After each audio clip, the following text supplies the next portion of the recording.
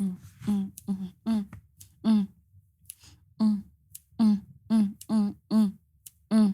was going absolutely nowhere with that. I was like, okay, I'm ready for the drop. Wherever you're going, I'm going with you. Absolutely. You are my leader. No, Take us I to was the going. promised land. It was going absolutely nowhere. Okay. I'm so sorry. I just had a beat in my head because Okey-dokes. I'm like, I'd like to consider myself to be a producer, Okay. but also not. Okay. So I just had that beat in my head and I just went with it. I just felt the music, man. Like what glad these of you. artists say. But anyway, hi guys. Hello. Welcome to a brand new full fat episode of the Receipts podcast. Fully loaded. Fully loaded, baby. A full episode. Episode 242. 242. We are back like we never left. Yep. And we don't intend on leaving anytime soon. It's your girl, Tolly T. And just call me Audrey. Happy Wednesday to those Happy who are Wednesday practicing to those and who doing celebrate. this on a Wednesday. Hope you are all good, all funky. I would like to clear up something I said on this podcast. I think it was last week or the week before. I said I hadn't drank this year, and that was a lie. Oh, is it? It was such a big lie because I remember like Crepes Party being hammered. Oh. So I don't know why I said that. Like, I got very drunk at that party. I'd also drank when I was in Paris quite a lot. Like, I've been drinking. Oh. So I don't know why that lie came so smoothly. Paris was this year? Paris was this year. It was last month. That's... Yeah. It was in January I went my Paris. God. It feels like ages ago, doesn't it? That feels like ages Because ago. But then I January also was knew it so couldn't have been long. 2024. Yeah. Does that make sense? No, it was just last month. Yeah. Where I randomly sent Audrey a selfie of me and thinking like, "It's Paris, bitch." I know. I was like, oh my God. Like, I was proper looking. I was proper as if I could look into the train, like the train window or something. Just be like, where you going, girl? It's like a reflection. But yeah, that was... Yeah, so my like, God. I don't know why I lied. And the thing is, this is the thing about lying sometimes. It just be happening sometimes. I didn't know I was lying when I said it. I think you genuinely believed that you hadn't because you just forgot about those moments. It's because I haven't drank as much as I normally would have. Like when we've gone out, I've had like at Paul's event, I didn't drink. We've gone out quite a few times that I haven't drank. Yeah. So I think that's what made me think, I must have not drank. Yeah. And I also haven't drank at home. It's the home thing for me. When it's not something drunk at home. So I almost don't count it as like going out because it's so embedded in my social life to just have a drink kind of thing. Yeah. But I need to learn the art of just saying no if I don't want one. But I never don't. I haven't drank at home because I haven't bought wine. And like I've got spirits, but I think when I drink spirits at home, like I said, that's when come and get me. But even a cocktail. Because I have a lot of mixes. Maybe a margarita. Yeah, I have a lot of so I say a lot. I've got one lychee liqueur, whatever the word is. Lychee liqueur, and then I have like, what else do I have? I have like some Hennessy. I have like shitloads of hard liquor, but I don't buy the juices to mix it. Yeah. I don't buy juices because I'm kind of like a water household. Like if I had a juice, because someone came to my house and I bought juices for them. I don't buy juices in the house. And not all things should be mixed. So for example, the lychee liqueur that I've got, I have to have that with lychee juice, but then it's very lychee-y. Do you know what I mean? It's like, it's very lychee, like, but it slaps though. There is a lychee drink, right? It's got the lychee bits in it. Like you can only get it from like the shops that sell like meat. I thought you were going to say crack. when did I go to a shop that sells crack? It's like, do you know the shops that you get your plantain yam and all that kind of, it's those multi-purpose shops. I don't know what's in that drink. But you know, it's because they've imported from places like Turkey and stuff. That drink slaps. It's got like little bits of lychee in it. They do like one with peach. God. Because peach juices here don't slap. But if you go to like Turkey, or if you go anywhere else, when I went to Mykonos, we had a shop like close to our hotel thing. And there was one peach drink. Oh my! I swear to God, if I could have flown a crate over, I would have flown a crate over. It's absolutely slapped. That's my favourite thing about when I go to another country. Best thing, just exploring the juices and stuff like that. Their juice, go see international juice, foreign juice, and they have juice, rare different like and flavours. Foreign crisps, slap, especially ready sorted. Jesus, why do foreign crisps slap? I don't know. Because we don't have them MG numbers here or EG or whatever the EMG. What numbers are they called? I kill you. I don't know. E-Coila. I don't know. E-numbers. E-numbers. We don't have them here. But them juices absolutely slap. They hit. And I think it hits different for us since we've been deprived of like sugar in our drinks. Do you know what I mean? So when we go over there, it's just like, we're like fiends for the sugar. For sugar, because we don't have sugar anymore. But speaking of chefs and stuff, I saw this clip. And when did we speak of a chef? It's okay. Did we not? Oh no, we didn't. But I was thinking of Jamie Oliver because of the sugar ban. Oh yeah, of course. Okay, cool. I didn't actually say chef out loud. But I saw this clip of Gordon Ramsay show, and it was like, it shouldn't even have been that funny, but it was like, basically someone was getting eliminated from the show. Yeah.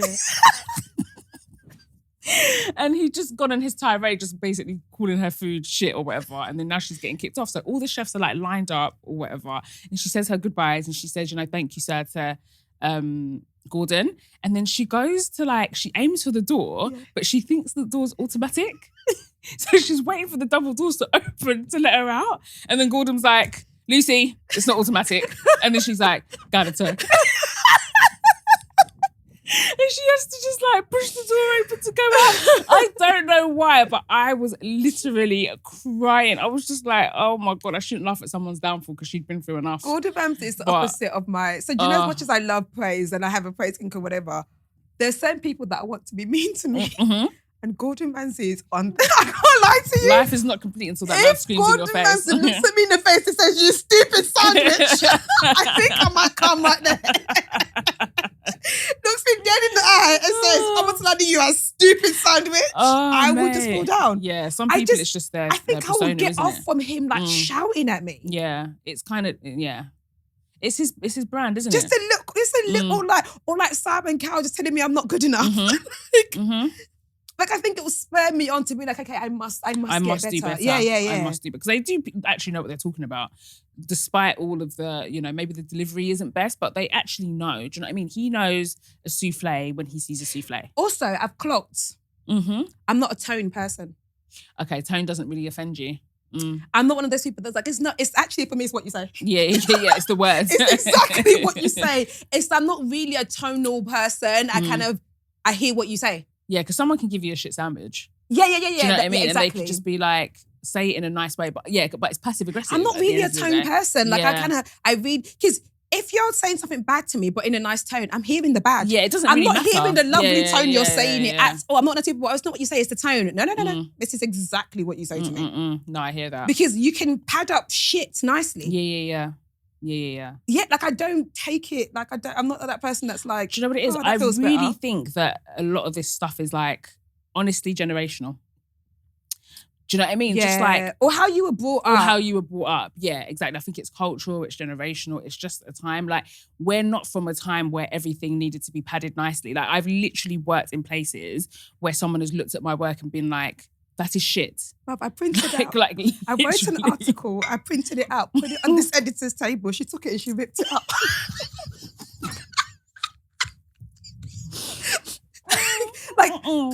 In front of me, she just ripped it up. And she didn't give me critique. She didn't say, that this was the because critique. You're so fucking dumb and you don't realise that I ripped it up because you're an idiot. I don't know what to say to you again. And I saw that, I was like, okay. Noted. We'll go again. Yeah, we go again. We'll write that better. Yeah, very much so. And I do think it's of course, it's people shouldn't be treated like shit or whatever. But I'm also, I'm kind of the same. I'm also not. Yeah, I'm really not a tone person. I've got a thick skin when it comes to stuff like that. As long as you're not shouting is the only thing I don't like. Scream just in my don't face. shout at me. Apart from Gordon Ramsay, you can scream in my face. But I don't like shouting. Yeah. Just don't shout at me. Yeah, I had an old boss as well. And because one of my jobs when I was receptionist was to set up the meeting rooms. Mm-hmm. And she was like, who the fuck set up this room? It looks shit. Literally. She said that so loud and reception's right next door to this room. Yeah. And it was she obviously wanted me to hear. Yeah, do you know what I mean? Yeah, and I was just like, oh, I thought I did a good job. But next time you set up that room, how much rent did you do? Mate, it was spanking. It was absolutely spanking. So. Speaking about your career, is there one thing that you think you've done in your career that you was like, and this is what changed it for me? Is there a move you made in the office, an interview you went to, a job you applied for, and you were like, oh, and that's what changed it? I've had a couple of standout moments that have elevated me to the next level, and I would pinpoint and be like, yeah, because I did that, that's when they saw they saw this in me kind of thing. Yeah, but it was the same sort of company. I've always talked about it when people ask me about my career journey. I was a receptionist at a PR company, but I think my thing was that I always made gold out of nothing. Do you know what I mean? I'd never ever looked at something as just a job, because to me, once I did that, then it became boring and it became monotonous. And it just was like, do you know what I mean? It's like, you can really make anything, you can make anything glitter. Yeah. I'm off that because there was an interview I listened to. I don't know if you know Mel Robbins. Is the whole, like, she's like a wellness person and everyone's loving her at the moment, right? And she was talking about, what's the guy from White Chicks called? Damon Wayans. No, the big black guy. Oh, Terry Crews. Terry Crews. Yeah. So Terry Crews was like, it was in the NFL. Oh, was he? Yeah, it was in the NFL, very successful, whatever. But then he'd always known that he wanted to be in Hollywood sort of thing. So he quit the NFL, took his family from relatively doing quite well to LA, not doing very well. And he was a janitor. Wow. Yeah. Like, imagine going from and he became a janitor sort of thing. And then he was saying that, like, he would do that janitor job, like, his life like he would do the best of where he was at the moment. And it was like, and that's what made days go quicker. And that's what made him like elevate more. Because he was just like, okay, here's where I am. This can drag if I don't enjoy myself. Exactly. And I just say, this is shit, I hate my life. But he was like, he would go in there as if to be like, he had to do the gold standard of janitoring. Exactly. And that was exactly my logic. I'm just like, this isn't necessarily what I wanted to do. Remember, I'd come off the back of like really wanted to be a celebrity like writer. Listen, OK Magazine or someone, if anyone listens, let me write something. I'm putting this out there because you didn't give me the job back in the day, but you should give me the job now. But anyway, I really wanted to do that and I didn't get to do it. So then I had this other interview. So when I got my foot in the door, I was like, I'm going to be the best receptionist there is. Like, this is going to be more than a reception. And I really did, like, to the point where they started calling me the face of the company. Okay, let's go. Because I went in, like, I would answer phone calls, but I was also cleaning the reception. I was also setting up rooms. I was just doing everything to a gold level standard, because to me, I'm just like, I could sit here and do this job exactly to my job description and just be like, I just answer the phones and just sit there. But the 8 hours is going to dwindle. But when I took on other roles and I really just made this thing my own, honestly, the days went by so quicker. And off the back of that, I got promoted. And that's how I started my PA journey. So, yeah, I think it was just more that mindset. And I've always had that mindset wherever I've gone. Like, just been like, no, I'm going to go in. I'm going to take this small thing and make it big for myself. You know? Yeah, hard agree. Yeah, I think it was about the same. I remember, like, so I did a sandwich course. Which is like you took a year out to go work. But my sandwich course was split in two. So we do 6 months in the second year and 6 months in the fourth year. So my degree was 4 years. So my final placement was at a publishing house, which is a magazine publishing house. I'd known from very young age, I always sound really lucky that I knew I wanted to be a journalist. From like year 10 internship, I did at Sugar Magazine. I'd always known this is what I want to do. Let's go. Let's figure out how to get there, sort of thing. So it was at this like publishing, and the publishing house did loads of different magazines. So there was like a magazine. I got hired as one of the publishing assistants, which wasn't even, it was the shit side. And the office had like an upstairs and downstairs. So I was downstairs with the publishers, and it was so boring.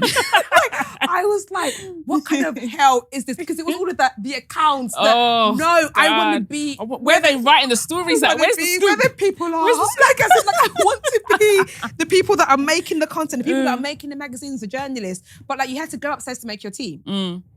So one day I'd gone upstairs to go make my tea, and there was an editor, Julia Shaw. I love her. She actually recently DM'd me to tell me she was really proud of me, which made me cry. Like, it was the sweetest thing ever.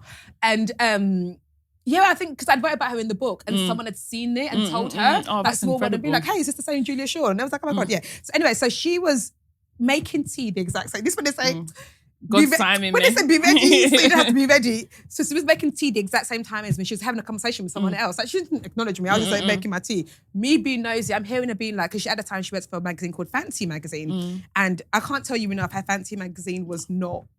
It was for a store called Julian Graves. Julian Graves was a partner store to Holland & Barrett's.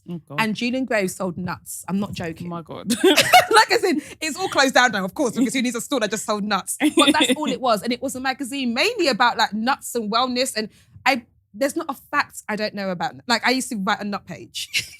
I know about nuts. Like, you know, but not nuts, those, not those kind of nuts. These are like nuts, macadamia nuts, almonds. I used to just write a page about nuts. So anyway, she was in the kitchen talking to someone, and she was saying how she wanted to shoot a front cover because they do their own front cover shoots. She's like, she needs to shoot a front cover, and she has to find a taxidermy. So she's like, she's having a really hard time. She hasn't got the time to find this taxidermy, blah, blah, blah, blah, blah, blah. So I'm like, this is my money. Comes the efficiency.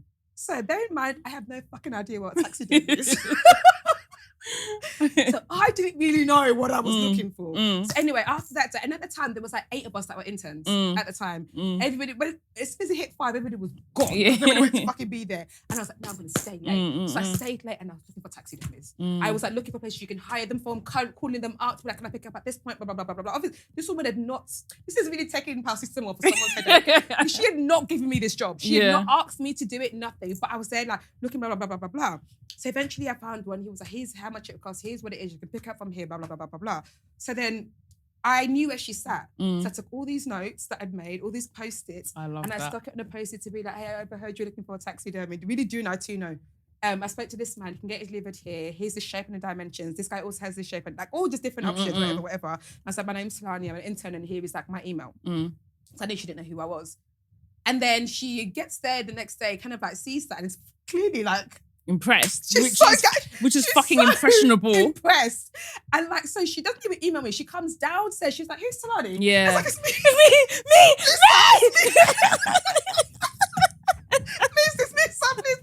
My moment has arrived. The way I speak in my head, it's me. I was like, nobody else is taking my fame. Do you know what I mean? It's me. So she was like, I saw what you did. That was brilliant. Blah, blah, blah, blah, blah. Can you sort of picking that up? Yeah. And I was like, yeah. And then she went to the person who was managing me. She was like, do you mind if I nick her? Yeah. Like, we've got the shoot, blah, blah, blah, blah. She's done this really thing. And then we was like, yeah. So the next day, I came in. Not you on the shoot. I'm on the upstairs. Hey! I walked past my own desk. I walked past the interns in my bag. And I walked up those stairs. And I went to go take my seat in fucking editorial. Are you kidding me? I walked past. I think I even wish I was late that day so they can see me. Past all the other interns, I was like, why are you not there doing raggedy this? bitches. You lazy raggedy bitches. I was making moves. We're doing this. Oh, I love that story so much. From then on, started doing shoots with them. Started doing front cover, started writing posts. When Fancy Magazine closed, they moved Julia to Life and Living, which is a magazine for the 60 plus.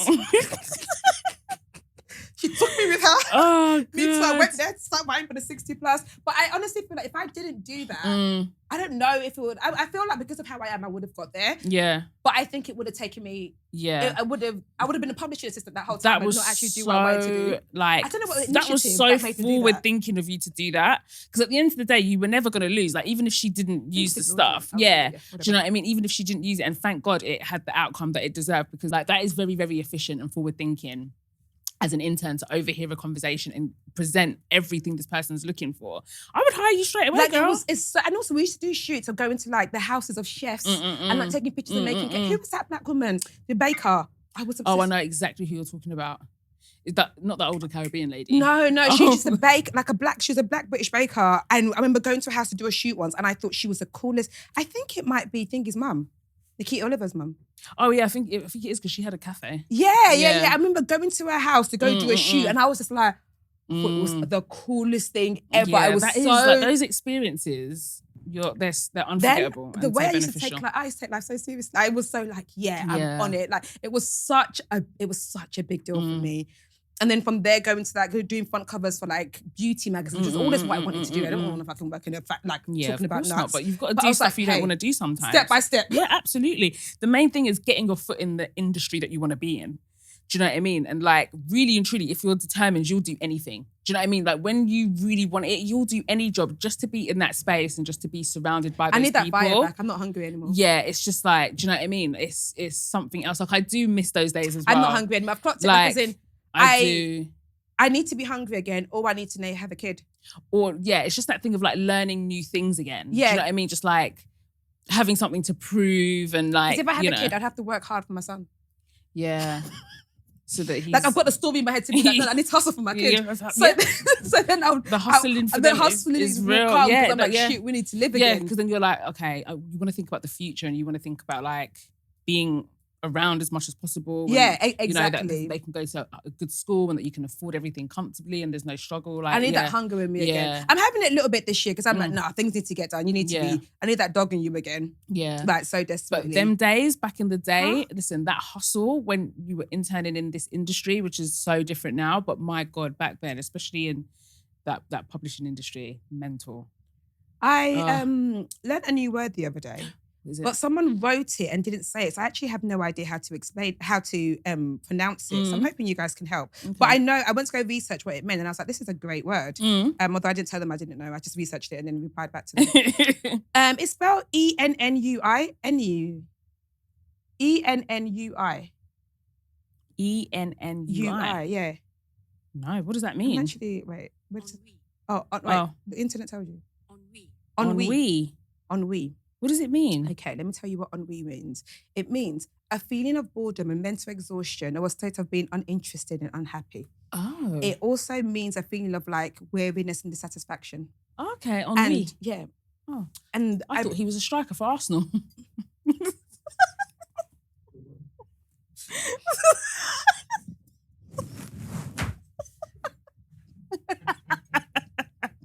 Sorry, I had to. I'm back. Ennui?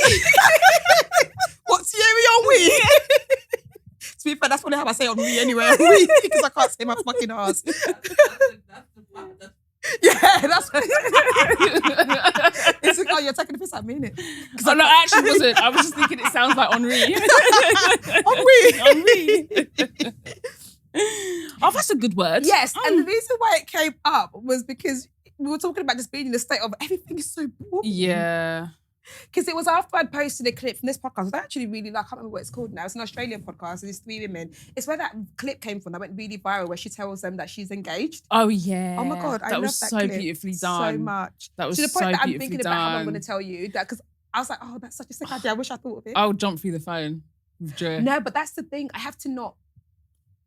You have to drop it in such a way that, yeah, because the thing is, don't just wear a ring, because I probably won't. And like that. Yeah, because you won't I clock won't it. notice. Yeah, I won't notice. I wear jewelry. Because you wear jewelry. So it has to be really cleverly thought out. And I don't know my left and right, so I wouldn't even know it was on your left hand. So I'll just be like, okay. Yeah, true. Yeah, so we have to get creative. Yeah. But I think we spoke about it at the podcast a few podcasts ago as well. This idea of the catch up.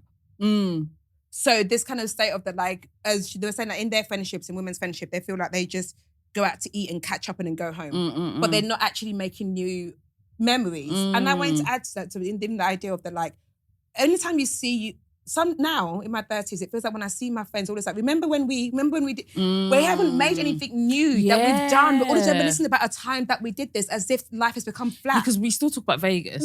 That was nearly 10 years ago. we haven't made new memories. We've got to a point of remember when. It's like we've started to live a life of just kind of it's like the light of life has been dimmed and it's all kind of flat. And I think it's something you get to in your 30s, but the realization of what the heaviness of life comes to you. And you actually have to fight for your life to remain youthful and light. No, you really, and it's not do. even an age thing. You have to fight for you do. Because you can spark. age yourself quick. You can age yourself quickly if you're not living. If you're not living, you actually have to live. There's different. There's living and there's existing. Yeah, do you know what I mean? And it's like we don't just want to exist. And I think I've come to a point, my friends, that everything is memory based now. Like, remember when we did this? Remember how fun that was? Wait, it's true. What's been the newest new memory we've had in the last year or so? Or even outside of talking about what we've done, why are we not doing stuff? Yeah, it's true. Because it's always like, oh, we need to link up, we need to get a dinner. And then we link up and we sit there and we'll chat about my life is shit, your life is shit. It's always dinner. My life, and this, that, husband this, boyfriend this, kids this. We're like, okay, when everyone goes home. Yeah. And yes, those things can be good and are needed, but are they memories? We're never going to talk in 10 years' time to be like, remember that time we went for dinner? Yeah, no, exactly. And we spoke about remember whens. Yeah, we just need to do more stuff. I totally agree, like activities. Like, even if it's just a dumb activity where someone just falls over on their bum, do you know what I mean? And it's just something to look back on and laugh at, or, just exploring new things or whatever. But I totally, totally agree. Just like the reminiscing of it all.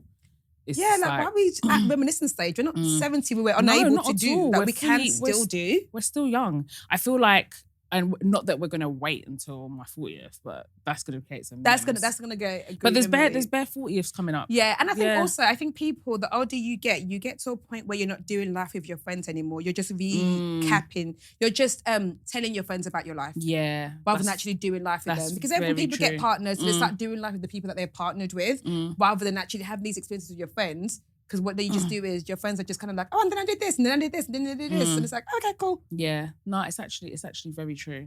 I feel like for anything to flourish, effort has to be made. Yeah. Do you know what I mean? Even just in the friendship itself, whether it's what you're doing in the friendship. And I feel like because we're so connected with socials, sometimes we forget we're just, because like sometimes you can even conflate, we'll be like, oh, do you remember that time? But actually it was just a conversation in the group. Yeah. It's like we never actually linked up or we never actually met up and had this experience like even in person, let alone doing a whole ass, and also to make it activity. Personal, we don't hang out outside work anymore. No, we don't really. It's been a very long we time. proper used to always be outside. Well, because we see each other weekly, it doesn't I've seen feel like it. But like we haven't done anything. Yeah, like if it's like, okay, we've got this meeting, we've got this, we'll go to dinner before or whatever. After. Yeah. Or it's not someone's birthday. We're not like randomly like on a Saturday. Hey, let's go do this. No, go shopping. It's actually very true. When I move back to Essex, we'll change that.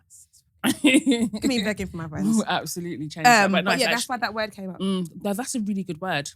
It's very extra to use it in an email though.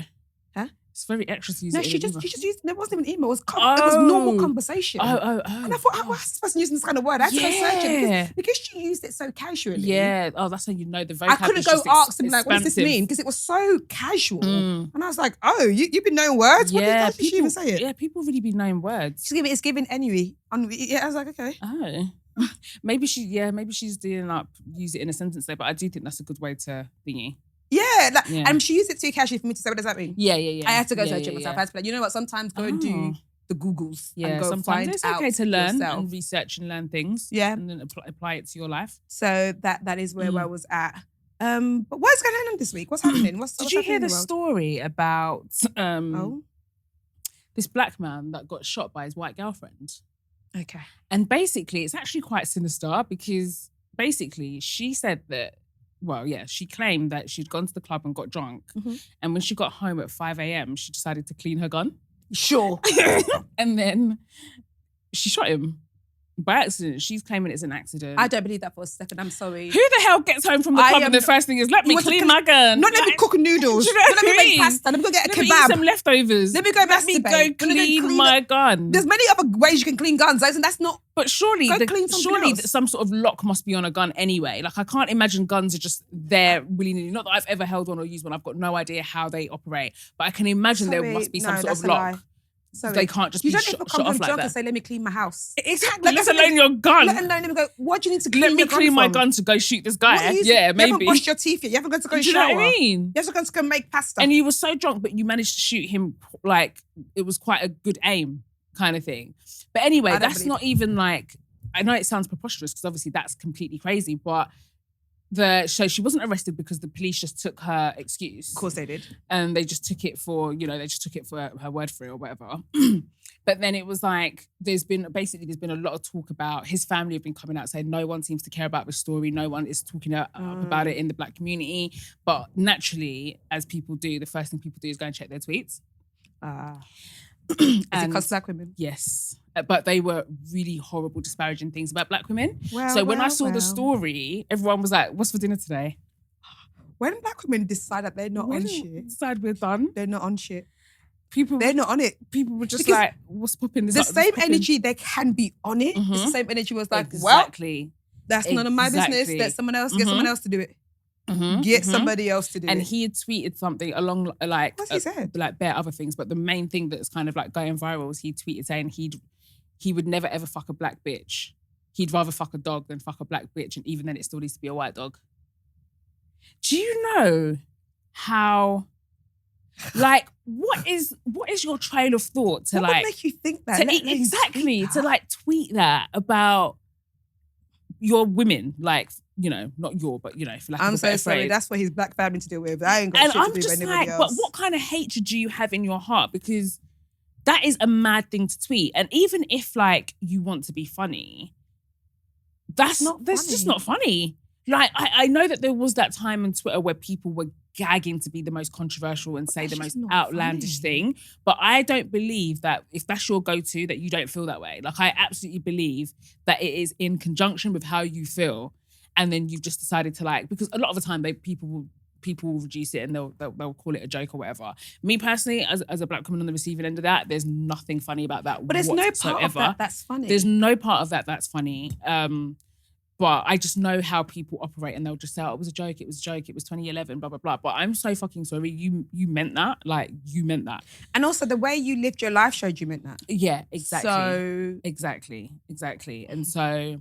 Well, that's up to the NYPD. Is it what they're called? Yeah, I don't even know the NYPD, I don't know the what CIA, state he's in, but wherever whoever it is, deals with that, good luck to you. You get a lock by in your area. Good luck to all of you involved. Best For me, of luck. that's the stance I take. I'm just like, I can't. Obviously, a death is always a death or whatever, and like I respect like the dead. But in terms of this whole fighting thing, like that is just, I can't fight for someone who died who didn't care for me when I was alive. I'm sorry. I know that sounds petty. I don't think it's petty because remember, before you heard the story, you didn't care about this man. Yeah. So it's actually very true. Petty. So yeah, where am I supposed to get this care I take from? the same stance of, I didn't care before, I don't care now anyway. So it hasn't... nothing's really changed. It hasn't changed my world in any way, shape or form. Yeah. Like, sorry that happened to you and everything, but I don't want to be your friend anymore. Yeah, that's all. Like, and I get that some people are like, it doesn't matter, like, you know. Then they should fight it. Yeah, murder is murder and we should treat all causes the same. They should absolutely fight it. And all the rest of it. But if you've got that kind of energy, then you should absolutely use your energy to do that. And I salute you and I can champion you from afar. But I just cannot put, like, do you know what I mean? I just can't use my resources and my energy to fight for someone who had that opinion of me. I just cannot. Have you seen the trailer for that new show on Netflix, Adolescent? No. It looks sick. Is it? It's about this like 13-year-old boy who's been accused of killing a teenage girl. Oh God. But it talks about the dark web and inceldom and all of that. Yeah. It looks fascinating. Ashley Waters is in it. It's British. Yeah, British. Oh, even better. So it's gonna be good. And who's that guy? Oh, this white guy that is like a British legend when it comes to I can't remember his name now. And apparently it was all shot in one take. It's all like it's meant to be really, really good. I'm actually really excited. Is it a series or is it a film? I don't know actually. I'm looking forward to that. Yeah, like it's the way that the trailer really was good. Like, because I'll be honest, I'm getting sick of trailers. I'm getting sick of trailers that will show you the whole thing. Yeah, it's too much. I watch a trailer. But even clips. No, as in like you told me the whole film. I know everything. There's actually no point. We've got lazy with trailers now. Yeah. Because the point of trailers is that it lets you hanging, lets you wanting more. Yeah. I saw a trailer for a show that was on Amazon the other day. I was like, I know everything that's going to happen. Yeah. You told me everything. It's very true. And then when I watched the film, it was exactly what I thought. Exactly. Like, there's no plot twist or nothing. Nothing. It was exactly what I thought was going to happen. And so I want us to be witty. Like, leave me with a cliffhanger. Yeah, no, it's actually true. Entice me to want to watch more. What's this that you've given away the whole thing? Yeah, we don't do things like how we used to do them back in the day. Trailers were absolutely supposed to be that, like a trailer to what's to come. Like, let me try and let me be so interested that I want to find out what the ending is. Yeah. But you just be telling us everything that's going to happen. No, especially every trailer for a rom-com tells you from beginning to end. And the thing is, a rom-com by genre is already predictable. But now you guys are telling me word for word what's going to happen. Yeah. Let's all be for real. Yeah. So, please. Yeah, no, that's insane. But I was really like, that one looks really good. I can't actually wait to watch that. It looks sick. Adolescent. I'm definitely And I don't think there's been anything that's really talked about that. Yeah. In film anyway. Yeah, definitely. That's talked about that dark web. Still quite a new talking point, I guess. Yeah. So I will be very interested to see how that pans out because I'm very fascinated by that whole thing, like the underworld, like the dark web and all of that stuff. You won't talk about your favorite, well, nobody's favorite person. Favorite person was going to be a piss take. Your least favorite person, Elon Musk. Oh my God, that man! It's not even him; it's his daddy. As his daddy? Oh, I thought it was him. My God. So I saw this clip here of him on a podcast basically talking about how he has had 2 children with his stepdaughter. And the thing that was so interesting about it is that even the person, and I get it, like when you're interviewing someone and they're saying something mad, which is why I love Louis Theroux because he's just always got like a poker face. Do you know what I mean? It's like you can't, because me, I'll just be like, I'll be like, your daughter. I'll even drop the step. Reacting. I'll drop the step and I'll be like, your daughter. And when did you meet her? How old was she? I was like going like, are you mad? So I guess like that is a skill to be composed so that the person opens up to you more so you get more gist and you essentially end up with a good interview. So I'd like to think that he genuinely inside was thinking you're fucking disgusting, but he had to hold it together for the sake of like the show. But he was just like, oh, don't you think that's rather strange kind of thing, you know? Or he was like, people would say that was like unconventional or whatever, and he was like, it's wrong. What's unconventional about it? And his whole thing was that, so basically he was married to his ex-wife, who at the time was already 25 years younger than him, so there was already that age gap. This stepdaughter who he's had a child with came into his life at 4 years old and he raised her till she was 18. And now he's got 2 children with her. And the way he was saying it, it was like so matter of fact, like, but so the interview was like, oh, but that's your ex-wife's daughter. And he was like, yeah, she's remarried. It's like, no, sir, that's not the issue. You're missing the point. The point isn't whether she's still in love with you or whether she's moved on. The point is that that's her whole ass child that you basically raised. Because my thing was like, when did this start? Exactly. When did you now take her away from daughter to partner? Like, when did you start seeing her in a way that you wanted to? Because now you have to sexualize her. Yeah. And then not only did you sexualize her, you actually acted on that, and you have had children with her. Like, someone that, like, if they've come into your life at 4 years old, then they are like, that whole thing is just, honestly, it gave me the shivers when I came across it. I was like, that is absolutely fucking disgusting. I would love to know what her mum said about it. Is she still talking to her mum? Like, what apparently the fuck? Apparently she's got 2 other sisters that don't talk to her because this has been like their dad, basically, growing up. And then he was like, yeah, but there are some cultures that getting married at 12 is normalised. That's not the same fucking thing we're saying here. That's wrong as well, by the way. And then the interviewer was like, yeah, but that's wrong as well. And he was like, according to who?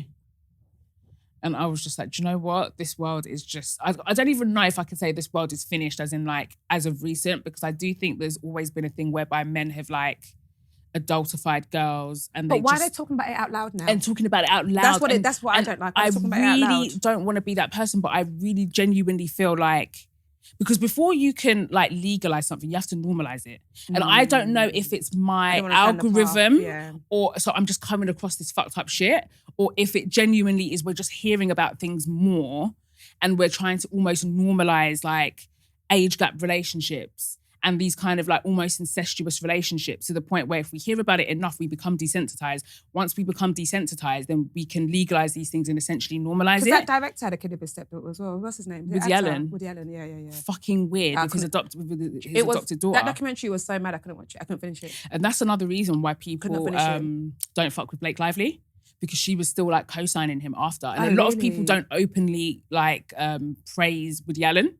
Because even if you think he's the best filmmaker in the world and you think he's like such a creative and you think he's this, like, shut up. Keep that in-house. Yeah, that one's shut up. Do you know what I mean? And I think he had directed a film that she was in or something and she like spoke highly of him. So people had kind of banked that. So like obviously with her getting dragged all over the internet, like all these things sort of resurfaced. But yeah, he's another one. And I think, who's the black actor? Is it not Morgan? No, not Morgan. No, what's that older one? And he married his step-granddaughter. What is that older actor? What's going on? The one that he's looked old forever. Morgan Freeman. It can't be Morgan Freeman. I think it is Morgan Freeman. No, it cannot. You cannot tell me that about Morgan Danny Glover. Freeman. I always get mixed up between Morgan Freeman and Danny Glover. It might be Danny Glover, actually. I don't know what Danny Glover is. You do, trust me. You've seen him. Danny Glover. I think it's Danny Glover. He's another one. I think he like married his step-granddaughter or something. No.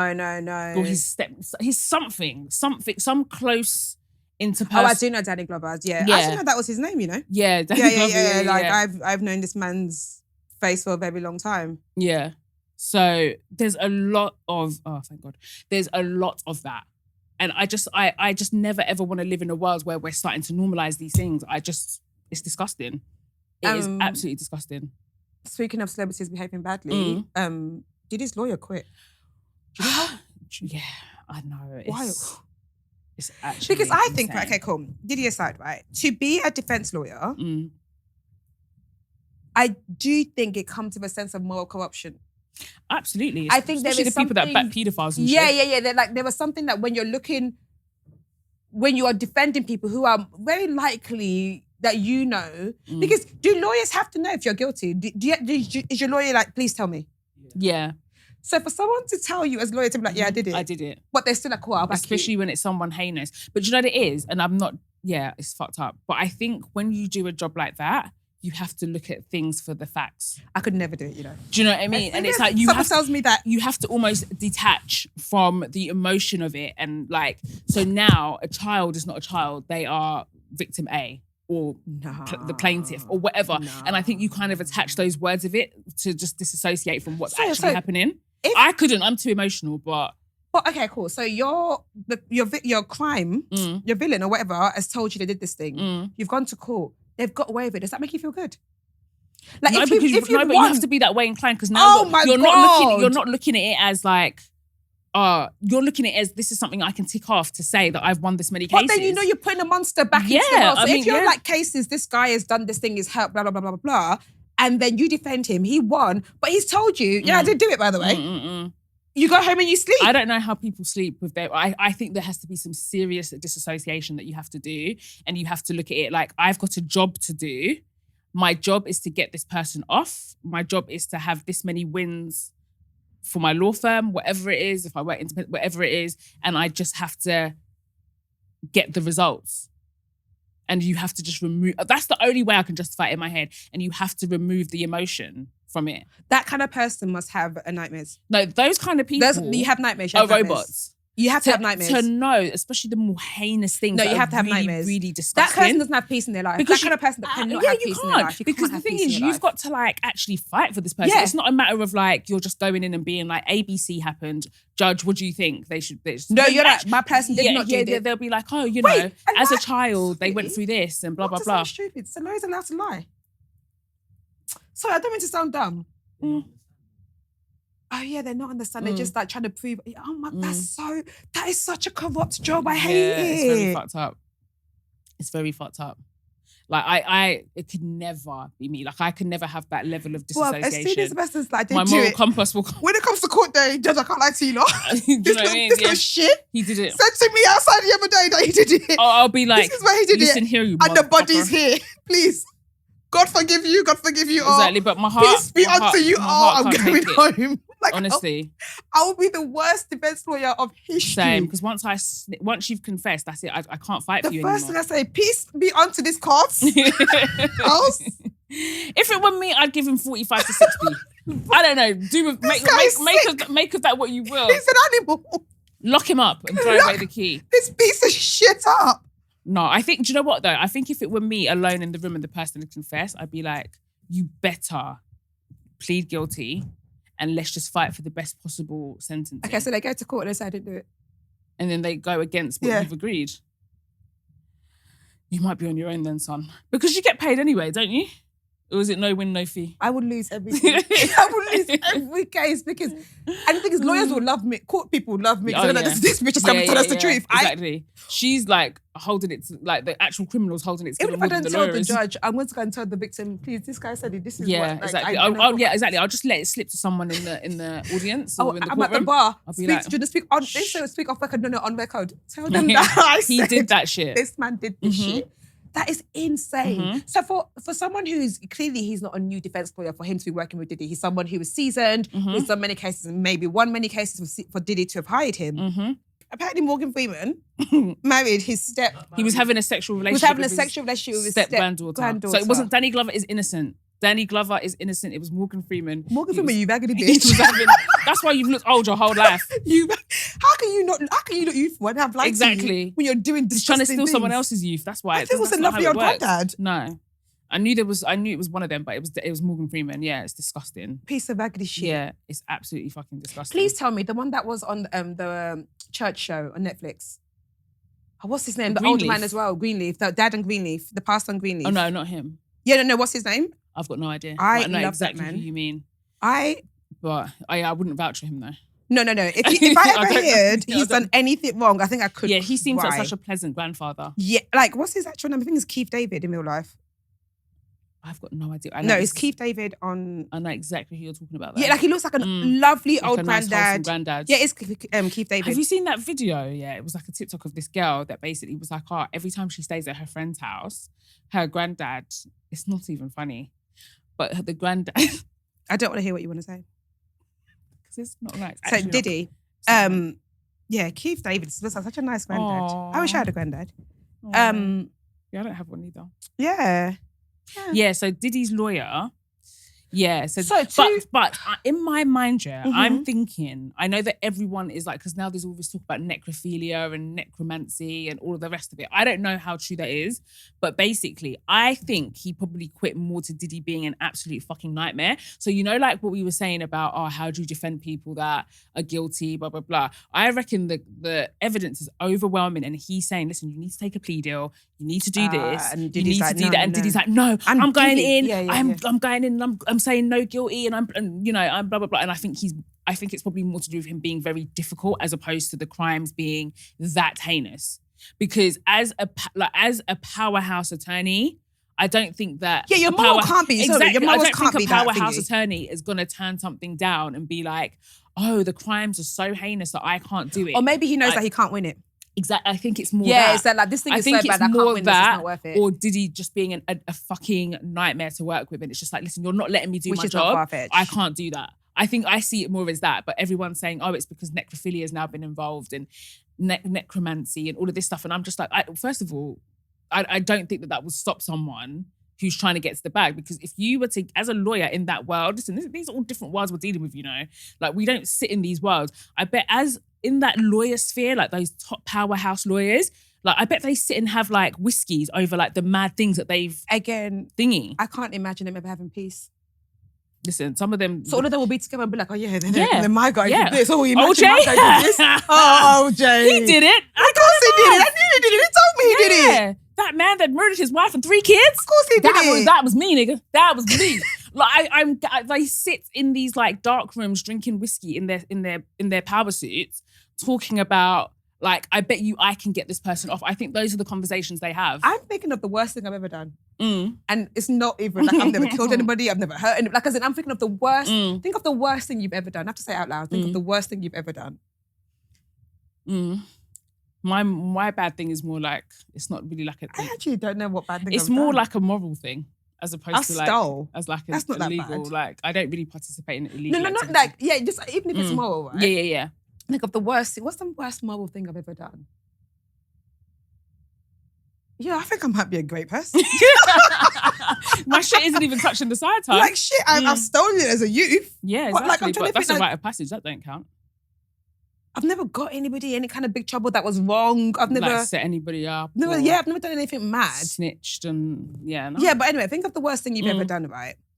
When it comes to mind, it's obviously nowhere near what this victim is. Do you not feel sick about it? Like, you're like, oh shit. Like, your conscience like really plays up when you think about it. Yeah, definitely. So these lawyers, this is their everyday. How do they get peace?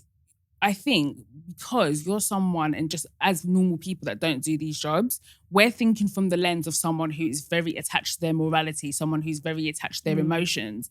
To do that kind of job, first of all, if you're representing Diddy, you're seasoned. This is not some new kid that's just come fresh out of law school, taking on a big case. In a baggy suit. Do you know what I mean? In his baggy suit. But you know you've lost like, do you know what I mean? Like, working for their local, like, whatever.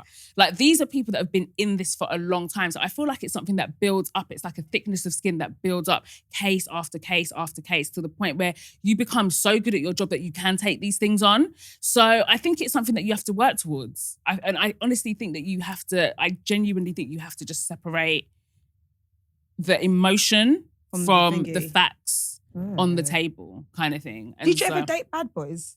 No, I never had that phase, you know. So like I did.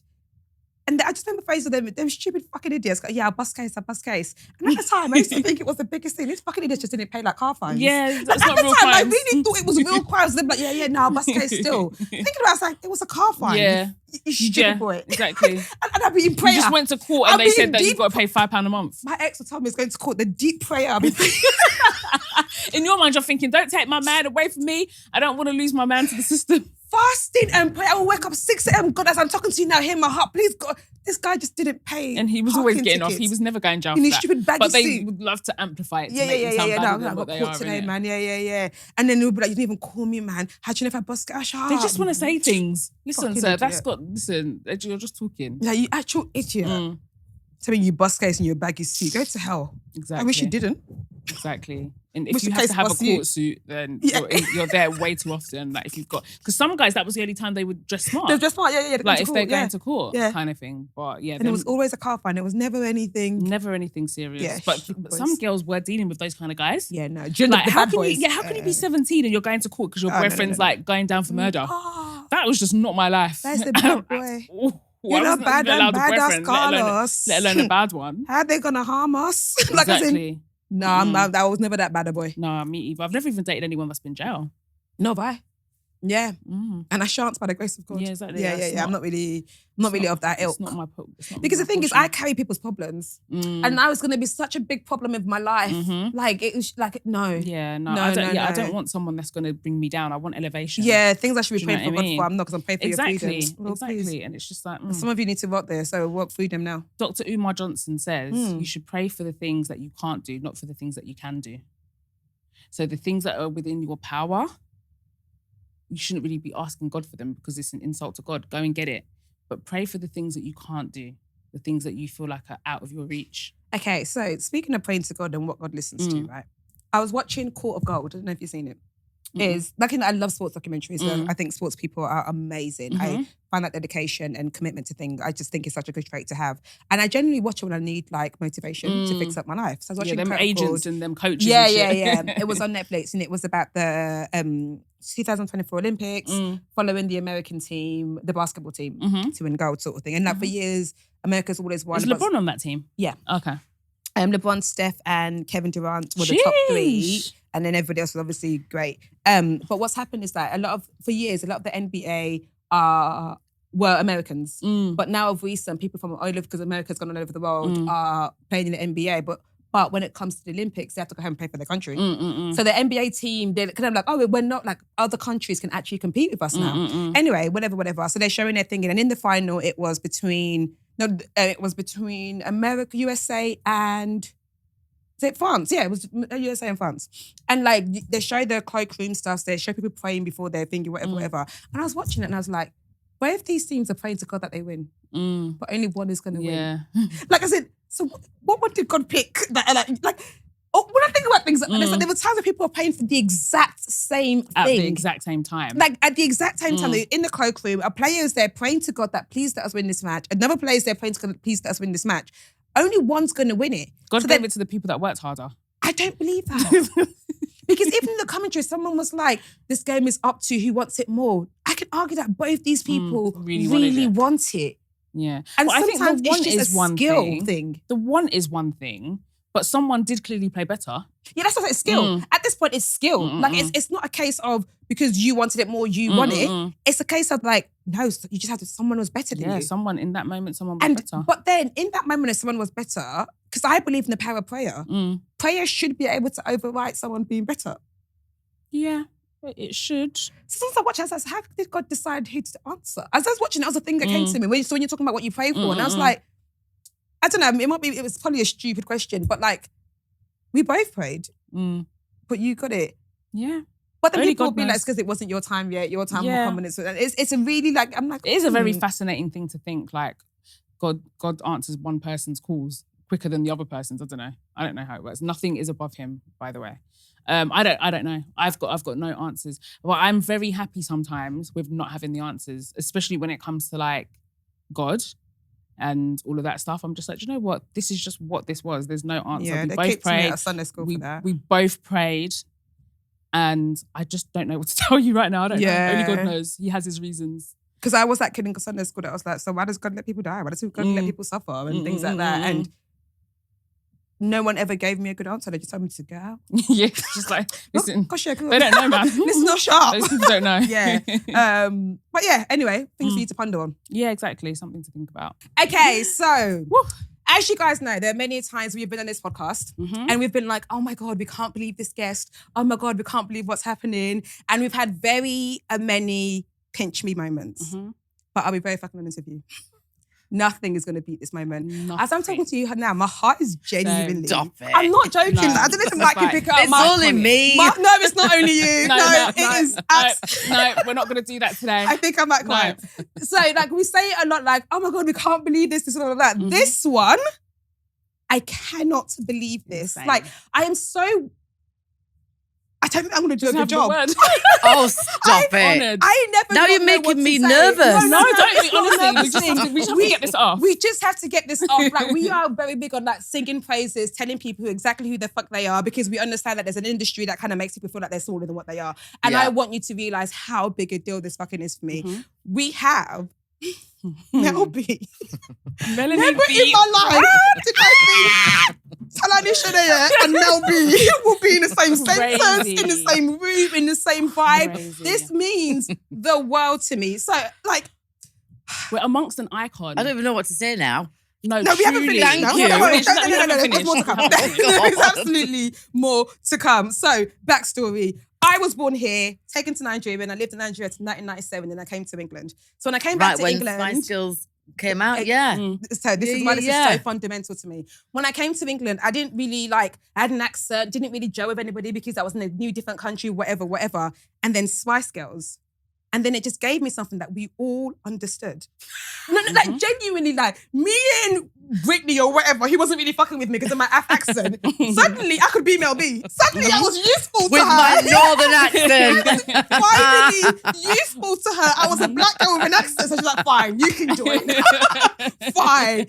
And it just, it made me feel British, black British, made me feel proud. I love the Spice Girls with all, like, genuinely, I came to the reunion show in Wembley. Oh, you did? That was fun. That was a lot of fun. Yeah. So, yeah, guys, we have Mel B. Like, Audrey, honestly, this is truly an iconic moment for me, because just like Tolly, I was a absolute, and we've talked about it on this platform so many times. Like, we've referenced you, we've talked about the Spice Girls many times, and just global icons. So to be in the company of a global icon who is still relevant and popping and like still a household name, however many years later, is truly an honor. But for me, honestly, my connection story with this, I was and I remember being in school, right? This is my little fun fact story. I remember being in school and everybody was talking about this new girl group.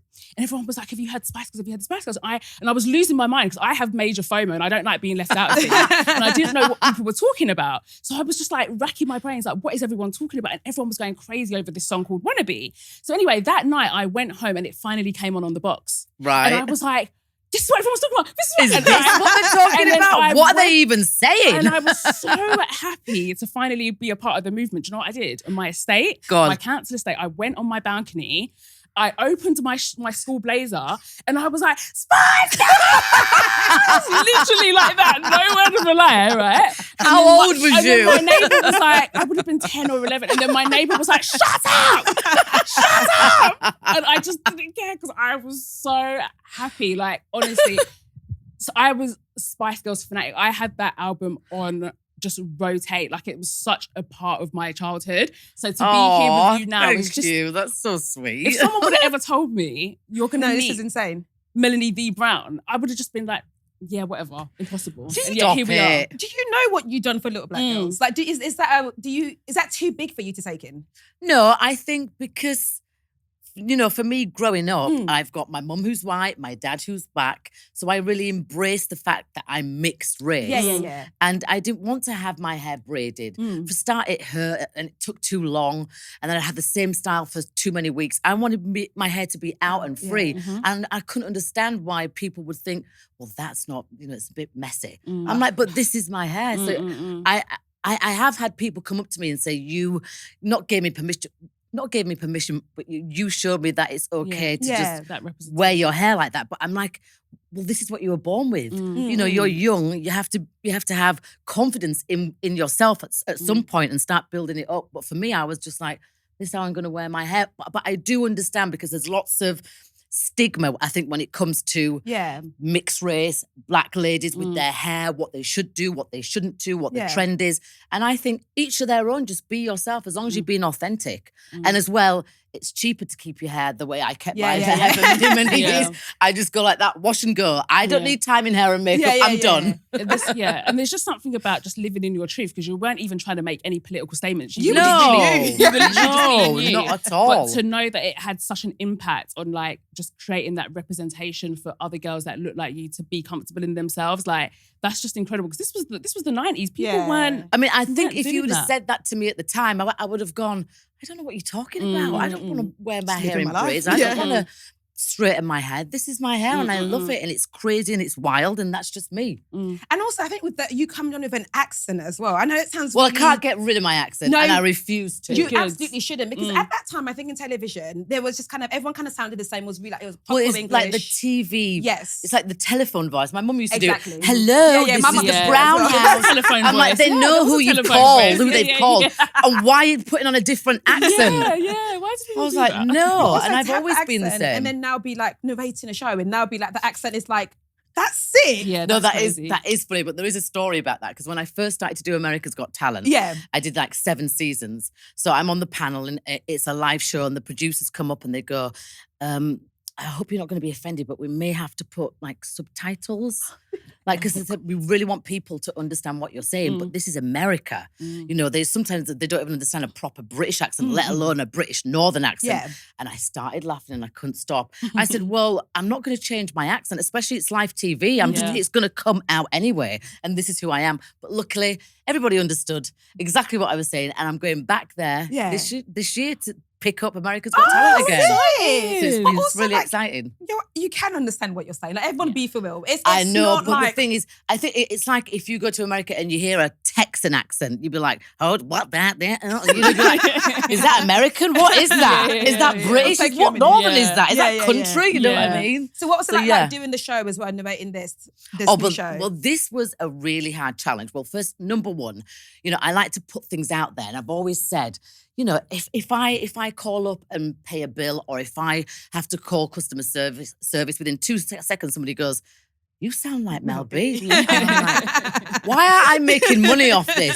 So I put it out there and I was like, I would love to do a voiceover. Yeah. It came back, this job, really quick. I was like, thank you, but I'm dyslexic. So I don't know how I'm going to do that. Yeah. Because you have to be in a studio, which I'm quite used to being in a studio, but I'm having to read and follow the animation. So it's like, and I'm a Gemini, so I can quite, you know, easily compartmentalize, but not when I'm dyslexic too. So it was a real learning curve. Yeah. And I ended up going from just doing 1 episode per session to now doing like 5-6 episodes per session. I've now voiced over 60 episodes. Wow. So I'm really proud of myself because it's had to make my brain work overtime. And it's also given me confidence that, you know, just because you're dyslexic doesn't mean to say you can't do anything. Yeah. You can. So it's Happy Days on Sky and Now TV, right? Happy Town. Yeah, Happy Town and Sky Now TV. Happy Days sounds good. Happy Days also Happy works. Days. Yeah. The thing is, I'll say to myself, don't get that wrong. And of course, I fucking got it wrong. I've got a review from my daughter, actually, because I watched it with her. She's got a 1-year-old. Isn't it? And she's 17 months. She's going to be 18 months. And these were her exact words: colourful, captivating, and brilliantly British. Don't let her Oh, I love her. That's what my She can barely say mum. I was like, this, she talks like fully already. She told me to tell you that that was her feedback on the show. Well, with her face expression, then you interpreted it. Exactly. Yes, it was thank you. more so that. But what's your daughter called? Anaya. Anaya. Yeah. Thank you, Anaya. Yeah, she loves it. She loves it. I'm gonna.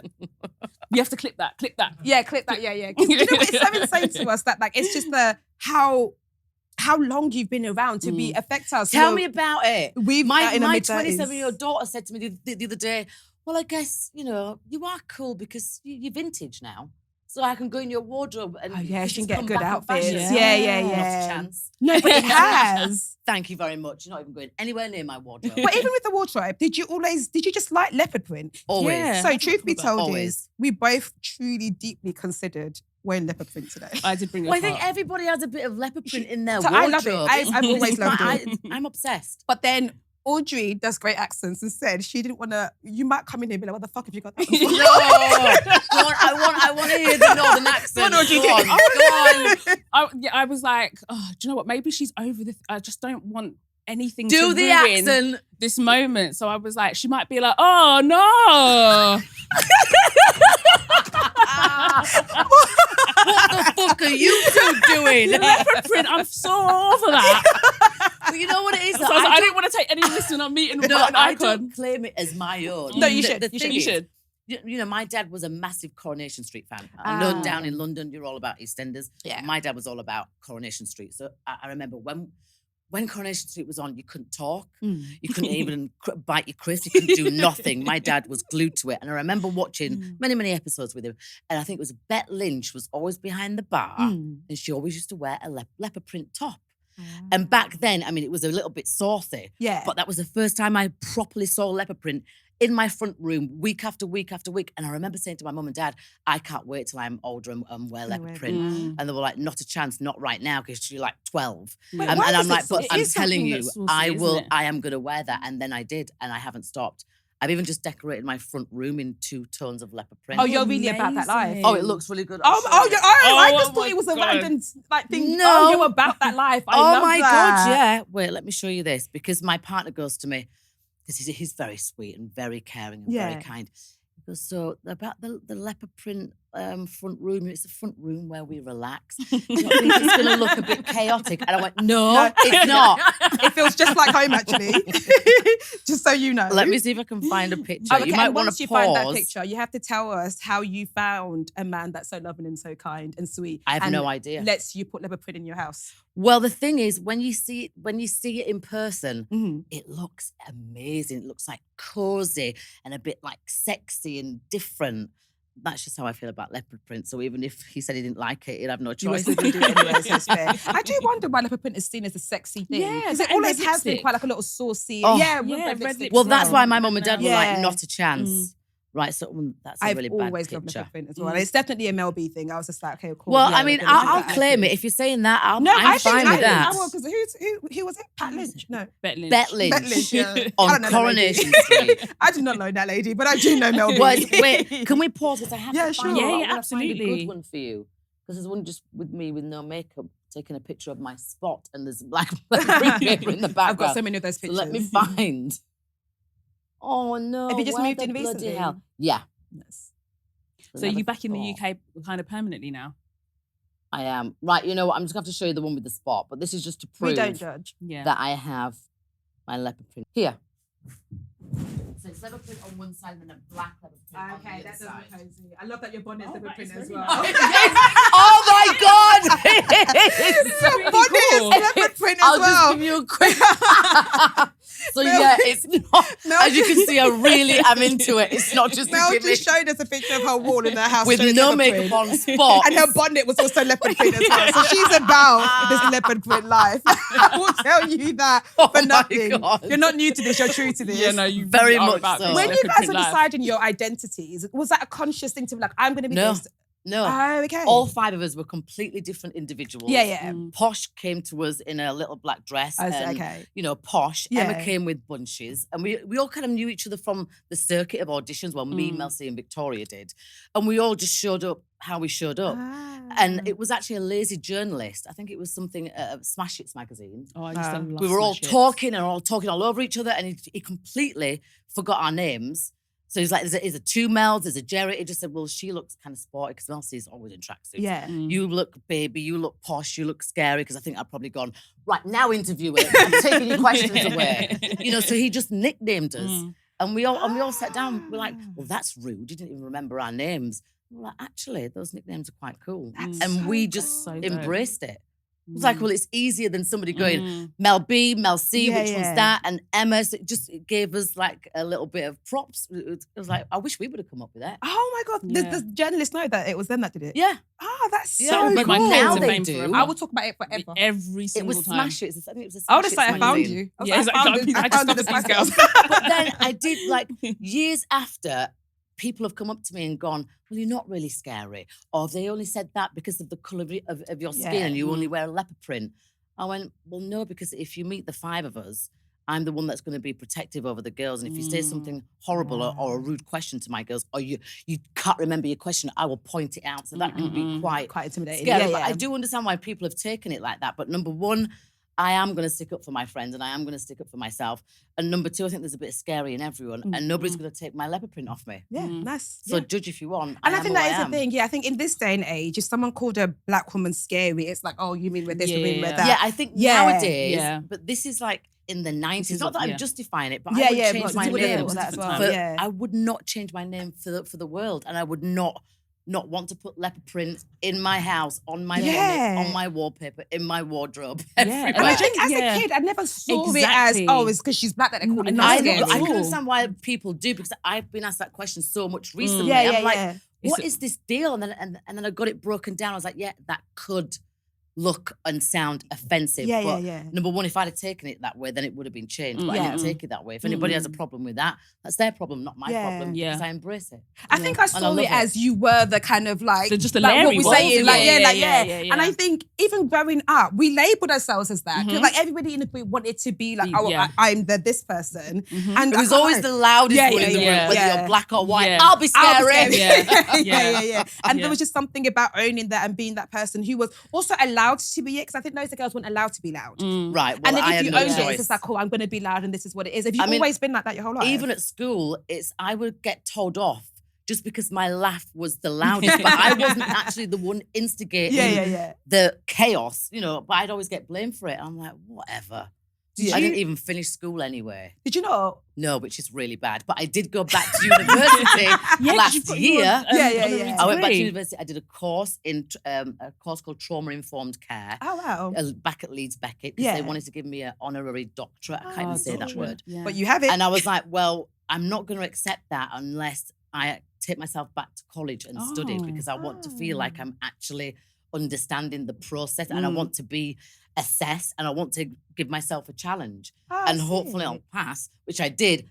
Thank God. Because when you go to college, your assessor gets assessed on how they've assessed you. So it's not like they go, oh, bless her, we'll just Mel B, pass we'll her. give it to her. It's full on. Absolutely full on. Tell us about the course and what it was like. Well, it was really interesting because I was with, other students, and they were all, some of them were professionals from the NHS, some of them were psychiatrists, and it was all about understanding the word trauma and how it affects people. So we got to go to lectures. It was a proper 9 to 5 college day with a half an hour break for your lunch.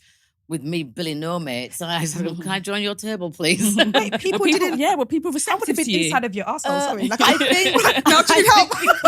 I think because there is stuff that you have to go through in assessments to actually get yourself on that course. Yeah. So not everybody gets on it. So when you're on it, you are literally just focused on that course because there's so much information being thrown at you. And not everybody on that course, it was their choice. Their employers had advised them to do it because whether they were in the NHS sector or whatever for mental health. So that course to me stood out because I've been through trauma, and I wanted to have not just the language, but I wanted to have the real deep understanding and all the different things that you can do to help your mental health. Whether it be from cognitive, from doing DTP, from EMDR, all that kind of stuff. God, I remember the language. Do you think that doing that course, have you been able to implement those things in your life and how you navigate moving forward? Absolutely, definitely. And one thing that the course teaches you also is to really be open and kind, because if somebody barges into you, or if one of your friends is having a bit of a meltdown, you don't know what their trauma has been and how it's come up. So everybody has a story. So basically, don't judge. But there's certain things within trauma that were really interesting to me, and how your brain doesn't actually develop fully until you're 25, 26. So those years growing up, and which are the most crucial years, really. You're going to school, then you're going to go to college, you're going to be independent. Your brain is still developing. So teenagers, which I know suicide is a real big thing in young teenagers, especially men. You have to give yourself a break and know you're still developing, you're still learning. You don't have to have all the answers yet because your brain's not fully developed. I don't know if mine is fully developed. I'm 35. It's developed. I'm just not using it well. I don't know if there's still some things I don't know. I saw something that basically said, how as soon as someone turns 18, we kind of just assume that they're an adult. They're not. Actually, you're still a kid. And they're not. You've just come out of childhood. So I saw this really interesting, it was just a TikTok, but I saw this really interesting TikTok where this woman was like, when you're 18, you're a 1-year-old adult. So technically, you shouldn't really be considered an adult until 25, 26, I'm glad you it said goes that, into what you were saying. Because Angel, my middle child, is going to be 18 April 3rd. And college was doing fantastic. But Angel said to me the other day, I'm going to be an adult and I don't think I'm ready for that yet, Mommy. He's got an American accent. And I'm like, well, you're still going to be at home, so that's fine. But Angel was saying, laundry and having to cook for myself and pay rent and make sure the place is clean. Angel, you wait there. There's more to it. Well, I'm glad that you've figured that out. But you'll be fine for a couple of years. And then Angel was like, but you're going to kick me out at 18? I was like, no, if you're not being bad, I won't, but still. Wait, are you the parent that so my mum wasn't the parent that asked for, she didn't ask for any money until... What, she didn't ask her mum and dad? No, so she didn't ask us for money. So we, like, What do you mean? Like, do you know, like, some people, as soon as they turn 18, they have to start paying towards their rent. Yeah. So there were things like we had to do a food shop here or there or give money here or there, but it wasn't like you have to pay towards rent. Well, didn't you do chores? Did chores. But some parents say, that's not a given these days with kids. That was in my house.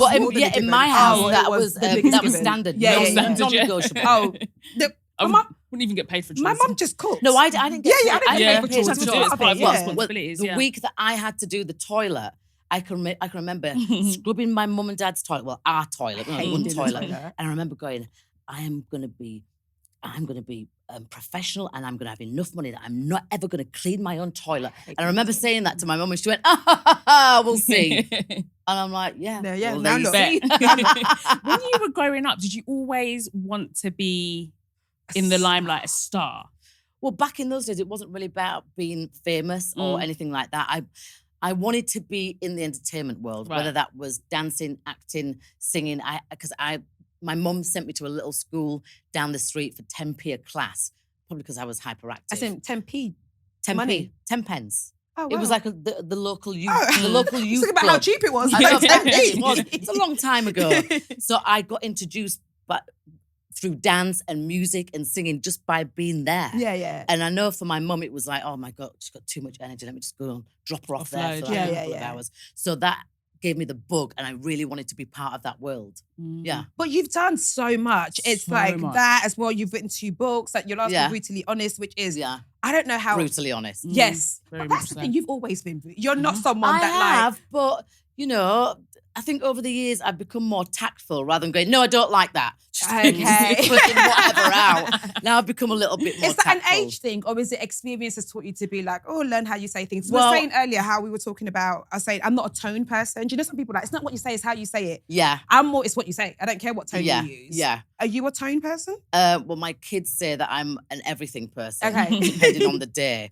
But for me, I think I've always just been... You know, coming from Leeds, you're very direct, and there's no fussiness, there's no bullshit, going around the house. It's just you say it how it is.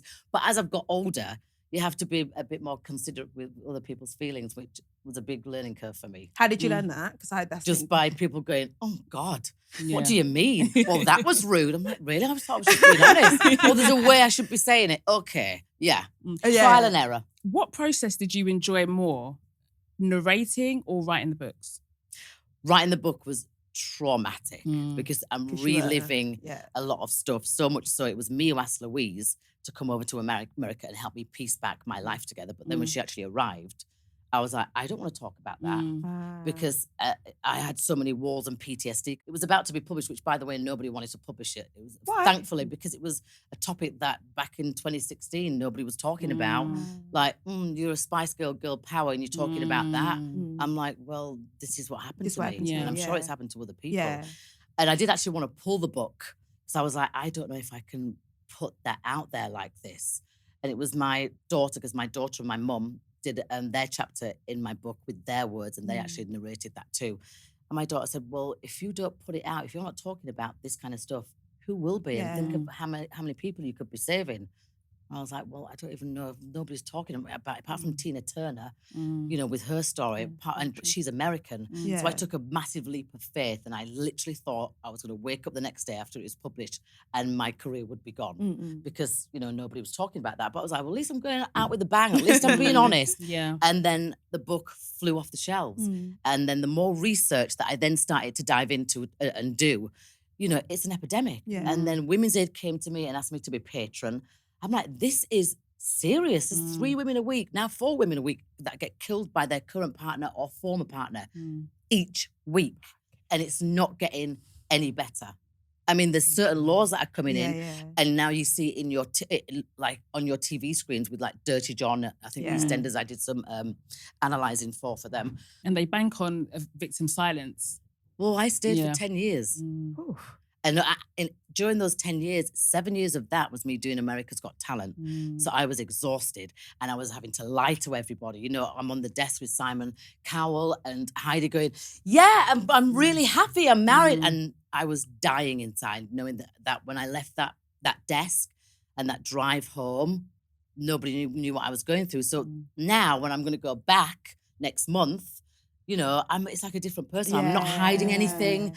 So now I'm going back like a new, more confident, more me kind of person, if I can get any more me. And were you the person to ever, because I think what's interesting about you saying, I think why it was important for you to speak about it, because I think sometimes when women talk about it, it feels like, oh, it's because she's a weaker woman or because she's meeker. And obviously that's not true. But I think there is something about a woman who is very, it's fucking Scary Spice. Like who is, do you know what I mean? Who is very confident, who speaks her mind and blah, blah, blah. And it's like, it can actually happen to anyone. Abuse like doesn't have, it's not abuse selective. does not have like an age, a colour, a gender sometimes. You can't believe that this person is actually real because they have a plan, because that's their job. You're good at your job, I'm good at my job. Yeah. An abuser doesn't have a job apart from to abuse, and they're very good at it. They're very good in reeling you in. They're very good at isolating you from your friends and family bit by bit by bit. And it's not just physical abuse, it's coercive control, it's mental abuse, which actually in some ways is actually mentally scarringly so much heavier to deal with, because you have to then check yourself like, oh, I remembered he didn't like me wearing that colour. Can I wear that colour today? Am I, my confidence is gone. Can I trust myself? Can I trust my opinion? It's a whole mind battle. Yeah. But you know, they do what they do until they're stopped. And also you come out of it and you're still, like you said, well, I mean, you're going back to... I'm 8 years out of it. And I still have flashbacks. I've still got PTSD. I've still got, you know, the remnants. It's not like I can get rid of that. You know, it's that abuse is always going to be there with me side by side for the rest of my life. It just depends how loud I let that voice get. Because when you leave an abuser, that voice is screaming at you to go back. You're worth nothing. You're shit. You're full of shame and guilt. And it takes a lot. I mean, people say, well, why didn't you leave earlier? And why didn't you go back? An abuser literally ends up taking over your everything, and especially your mind, and especially your worthiness. And then they flood you with guilt. You know, they direct you like a puppet. And they're very good at what they do. That's what I said. That is their job. You're such an example for so many women for so many reasons. No, more bloody pressure but on you know me. what it is? I feel like try saying that to my kids. No. I was even going to ask you that the mum question as well, because like being who you are and being a mum, Oh that wait, must. no, Do actually, no, wait. I didn't even answer your question. So I'm the kind of mother that is very strict. I have to do mum and dad, because my kids have all been raised eventually single parently by me. So I've had to play both. Yeah. So I'm very strict with chores. I'm very strict with them understanding the value of money. So much so, my youngest, I mean, she's now 13. She even said to me a couple of years back, we're really poor, aren't we? You know, for Christmas, I've done this list, but you don't have to get me everything on the list, because I didn't store. Third time down, I'm like, we haven't got any money. Don't even ask me for that. Absolutely not.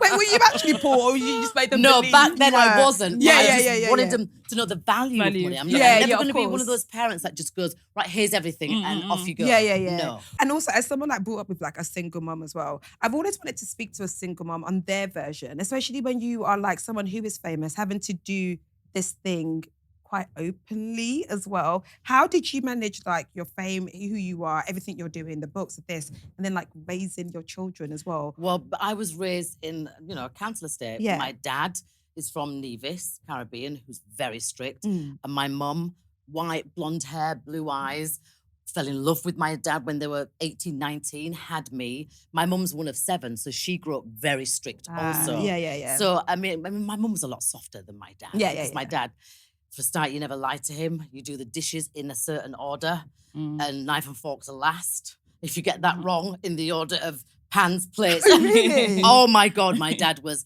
that guy. And if I got a school mark, anything below B, that's it. My dance lessons would be cut. Oh, wow. Everything would be cut. My dad was very strict. Yeah. Hence why I'm probably like this. So can we just really quickly touch on girl power? Yeah, I am girl power. I love girl power. You really, really are. Because even just like, that was my introduction to feminism.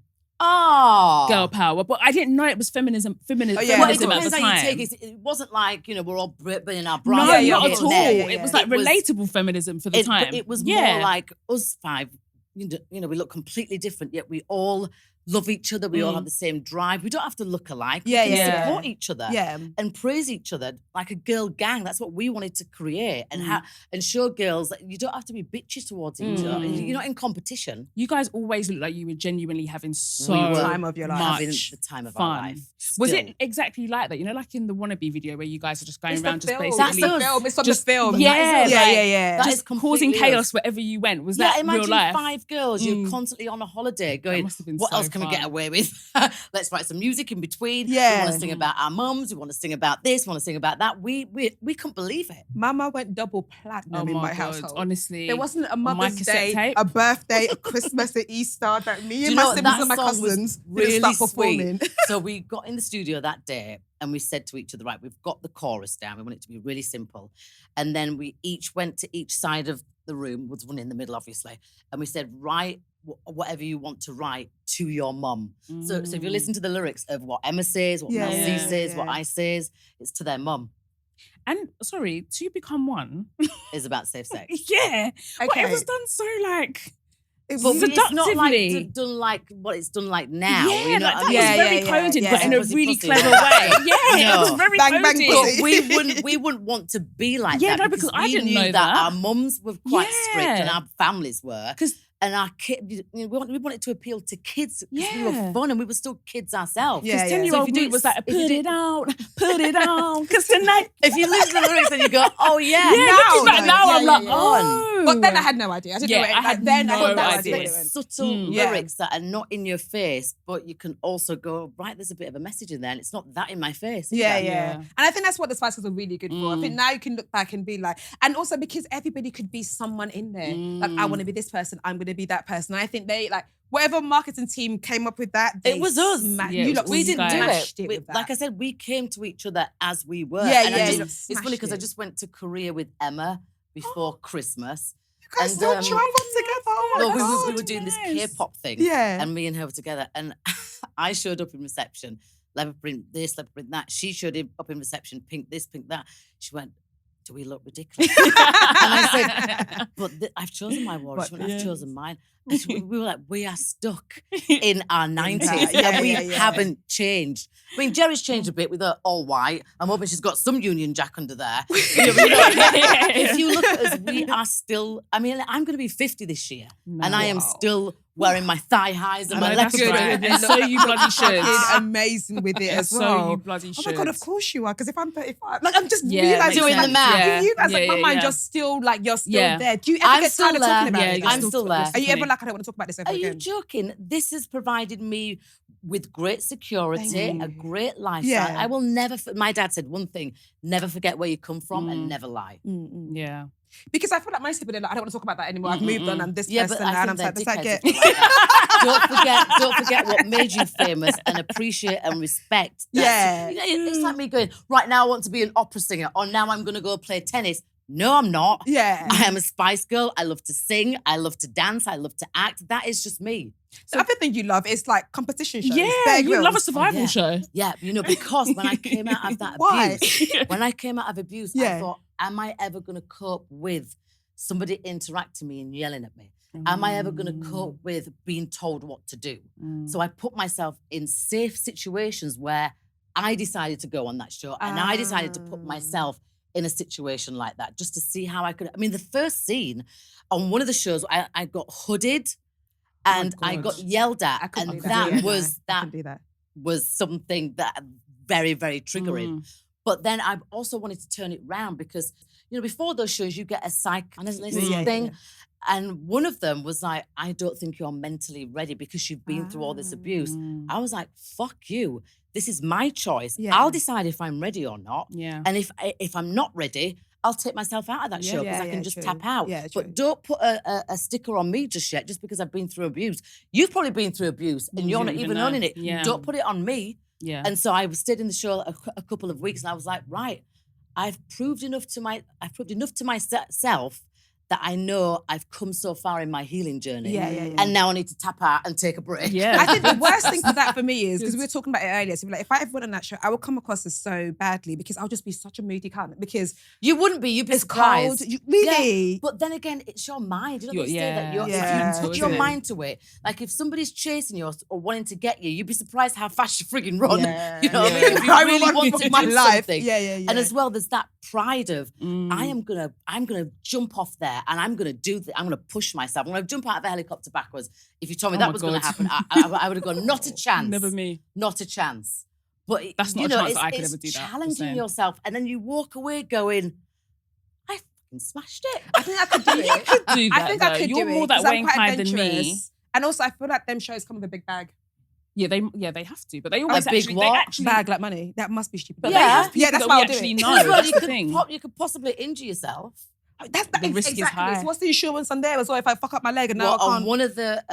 one of the episodes early on when I did the SAS, I dislocated my knee My God. because I went into this mud. It's like a sinking mud thing, and they wanted to stop feeling me. I said, "Hell no!" So I whacked it back in and I carried on running. And one of the SAS guys went, "That's hardcore," and I went, "Thank you," and then I limped off. Oh my God. Sorry. In that moment, because the thing is, Mel, Somebody was ahead of me getting faster. I was like, not a chance. She was like, I'm not moment, losing. though, you could have tapped out and still got your Oh, money. I'm not a girly girl like that. but Absolutely it's not not. girly. For you, but No, it is like, I'm injured, come and help me. No, I'm from Leeds. I'm a Leeds lass, and I live on a farm. You just get on with it. oh my God. Sorry. No, my knee's not. that's Yeah. I crazy. would have been like, "Oh, that's Well, enough." when Yeah, I you would've know tapped somebody's out. in front of you that you know shouldn't be, because Yeah, fair. you know that you were ahead of them before. It's my competitive. To be fair, I'm that competitive as well. If I See? yeah. I remember when I did the 10K last year, I saw like people who were like a lot older than me, like in front of me, and I said, You were like, "No, hell no, no." no, Exactly. absolutely not." It's Like also a you are a pride nanny. thing. Yeah. Oh my God. You're someone's nan. You're not gonna go. You're not past gonna beat me. in this 10K race. Absolutely not. Just hell no. really quickly as well, I just wanted to ask, like, how important would you say relationships are in the industry? Because you've been rocking with Simon Cowell for like the fact that you're going back to America's Got Talent. Like, tell us about that Okay, relationship. wait. I have to tell you a secret. Oh, yeah. So if there's You have a any- crush on him? She's always said that. Mhm. always. If What you is could- it? Is it the It's the aura. because he's very like like it's very I an think- opinionated. But he's still metrosexual at the same time, but he's still Oh, very he is. masculine. Yeah. Yeah. Let me tell you to the point of how much. One time I went to a Britain's Got Talent recording. I'm gonna have him send a message to you on FaceTime. Oh, I will pass She might out. pass out, Mel. I'm gonna do that. No, So wait, so I go I might there pass out or clean I my go there back on up. the There are many things that can happen. Okay, so I'm on the panel. I think it's the 15th of March. I'll have Louise or whoever your my people God. is, You see? and I'll get him to do a Iconic thing shit. to you. I will pass out. Iconic shit only. Because that's the Because thing. I like to tell him what to do too. I think he likes it You're as gonna well. have to do that now. And the thing is, for years, and I was like, and I know he likes a black woman. Yeah, On Well, a he good was day, with I could Sunita back for a him. long I feel like on a time. good day, I could bag him. You're a young tenderoni. No, tell me what to do. What are the steps? What the does he thing is, like? I know his fiance Lauren, Oh, sorry. and they have a You have to baby respect her. together. Oh, yeah, Yeah. of course. Sorry, Lauren, my bad. But back in the day, Yeah, I because couldn't I've known imagine him for it. many years, he would always be like, "Oh, Melanie, what do you think of that girl?" What's he like to work with? Bit of a nightmare Oh, is he? because he'll show up 3 hours late and go, "Are we ready now?" I'm like, "Fuck you, Simon! Get sat down in your chair." Is that I because he's talk to think- him like a child. Yeah, no, but I think really powerful men, I think that kind of gets them off. And I think that's probably why he has you around, not in a kinky way, but in the way of that. It's Mel B, she's still very real, especially in No, I'm America. gonna say when what everything feels like exactly bullshit. I- Yeah. I think he I appreciates feel that and sort of see. character. Yeah. Well, there has been a couple of times where if we're doing like a pre-record, he'll go, "Right, I'm going to steal what you've just said," and then he'll say Say the it first. line that I've said, and I'll go, "No!" So they can't edit it. Oh my God, we can relate that. We can relate to that.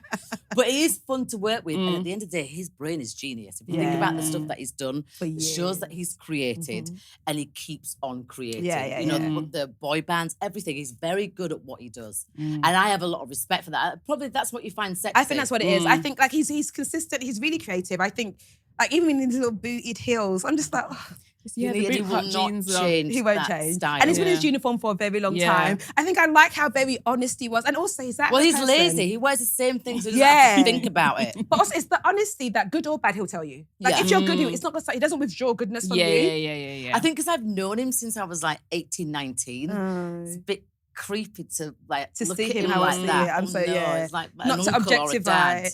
Oh, yeah, that's a powerful that's man. a daddy. That's not a daddy. That is daddy. Each to their own, but yeah, okay. But I always find it really impressive, those like long-lasting relationships, like in the industry, because I don't know that it exists anymore. Well, I think it does. There are some people, especially in Hollywood, that have lasted the test of time. But then you see people that break up and it's a horrible, horrendous divorce and they're fighting over the kids.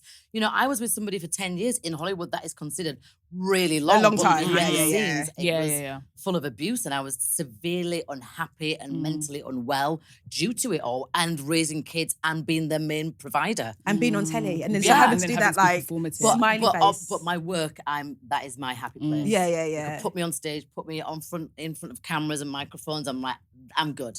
Are you excited to be judging talent again? Yeah, I really am. I love that. Yeah. But then, especially this year, I think there is a bit of pressure to not be to this or to that. But I don't care. Yeah. Is there anything you haven't done yet? Because like we said, you're doing this new show, you've done all these things. And also the new show sees to a new generation. So it's like a 7-minute long-ish and it's for children, right? Yeah. So that is one of the stuff that I want to do is a voiceover. But where it's, because my voice it's very toned and very dulcet and northern, so it could sound quite aggressive or forthright. So it's nice that I got to do such a playful, nurturing, happy time show. So it's like you get to do that. You've done so many things. You're judging American Next Got Talent. Is there something you haven't done yet that are like, oh, I still want to do that? Well, I did go to Davos this year, which was really interesting. It's where Davos? It's where the heads of state from all over the world, they meet every year in Davos, Switzerland. And you have to be invited there. You can't go. You can't just turn up. I thought, because I'd never even heard of Davos before. It's quite prestigious. I thought you were saying Devon in Devon, I'm in Devon. No, Davos. You get to see like cultural leaders, presidents talk about their strategies and they take advice from you if you've been invited. So I went there and I was talking about abuse, talking about HR, how we can help people in work situations. And it was quite a prestigious thing to be invited to. And the fact that I went as a cultural leader, I was like, right, okay. So I went there and I really got to have the sense, because you're surrounded by billionaires. Everyone's billionaires there. And I was walking around going, well, I'm quite a billionaire, but okay then. You're going to hear me talk. It was interesting because, I'm patron of Women's Aid. And I really wanted to, at some point, start my own foundation where the money just goes directly to the need and doesn't have to go to the people on the board or to pay the rent for the lights. The money that's donated is donated properly and it goes properly to where it's needed. And because I found out from my experience with different charities, that's not always the case. And when you think that you're doing a good thing, maybe you're not doing as good as you think.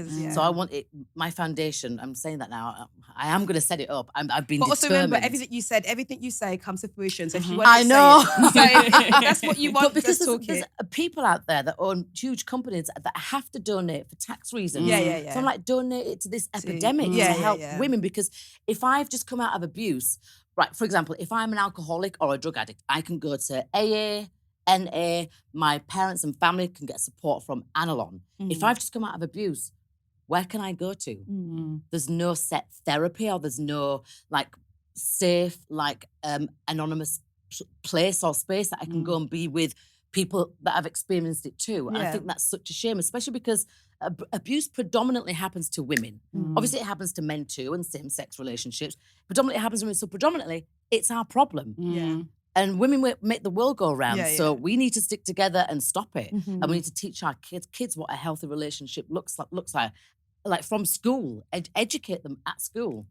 I'm getting all, my ADD's kicked in. Jesus. No, can I just ask, before it fully kicks in, because we'll bring a wheel in and we want you to have the most pleasant experience ever. But before that, I just kind of want to give hope to because now you are in a better place where you're with someone who lets you have a leopard print wall.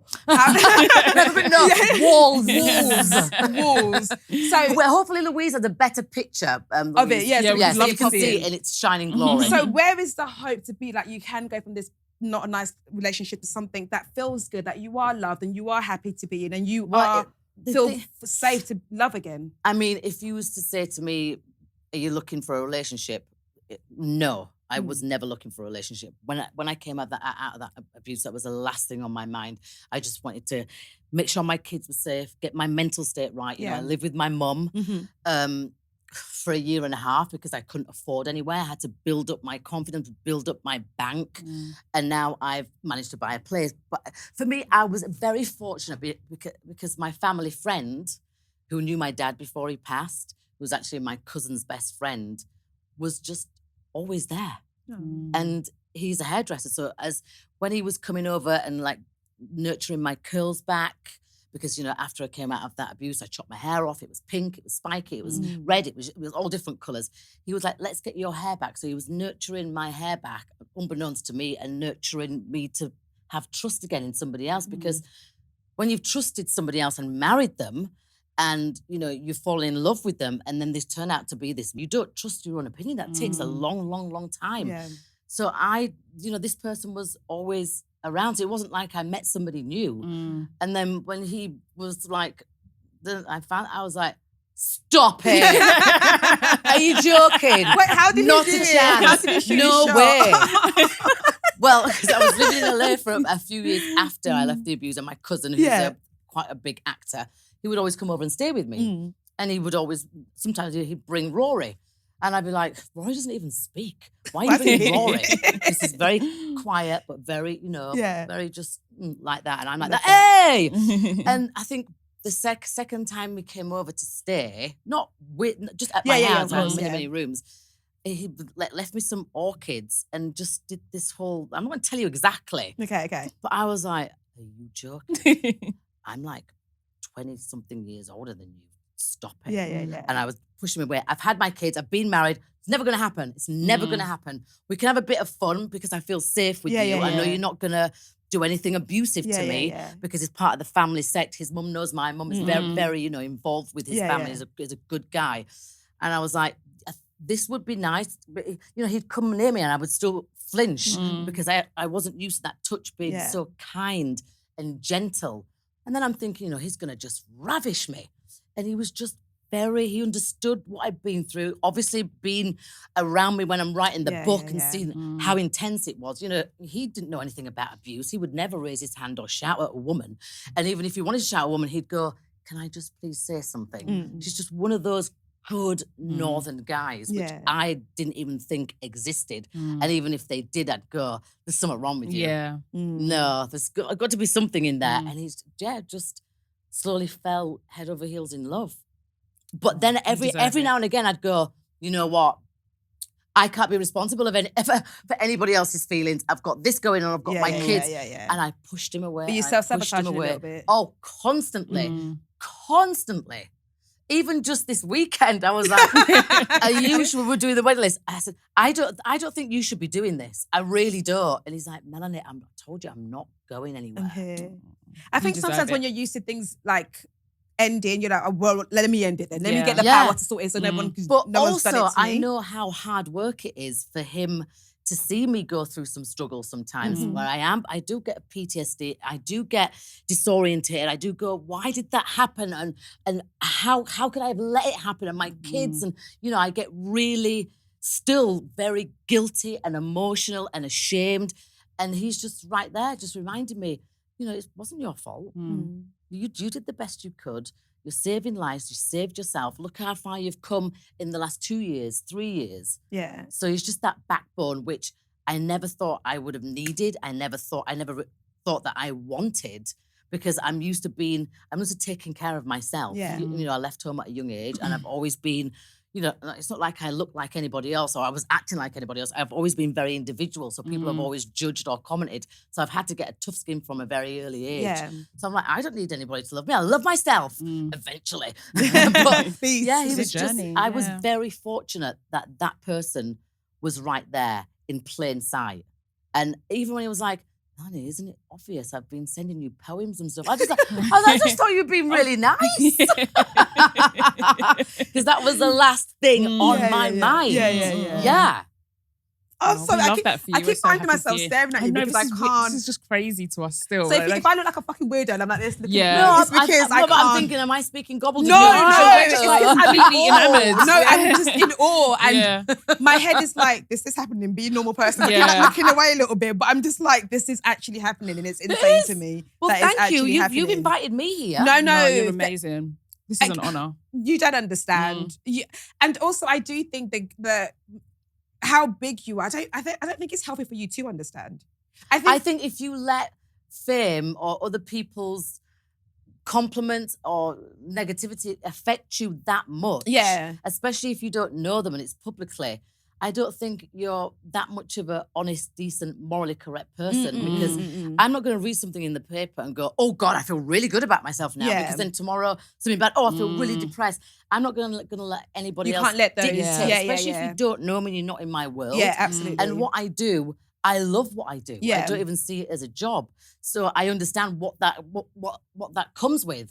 You know what I mean? Yeah. But the version of yourself that you've put out there has really allowed loud girls worldwide to be unapologetically You know what though? loud. I am quite an introvert, which people don't really understand that about me. I say that to people all the time about myself. You could be an extroverted introvert. I think I live on a farm with goats and chickens and ducks and 2 protection Rottweilers, just in case anybody wants to try and rob me.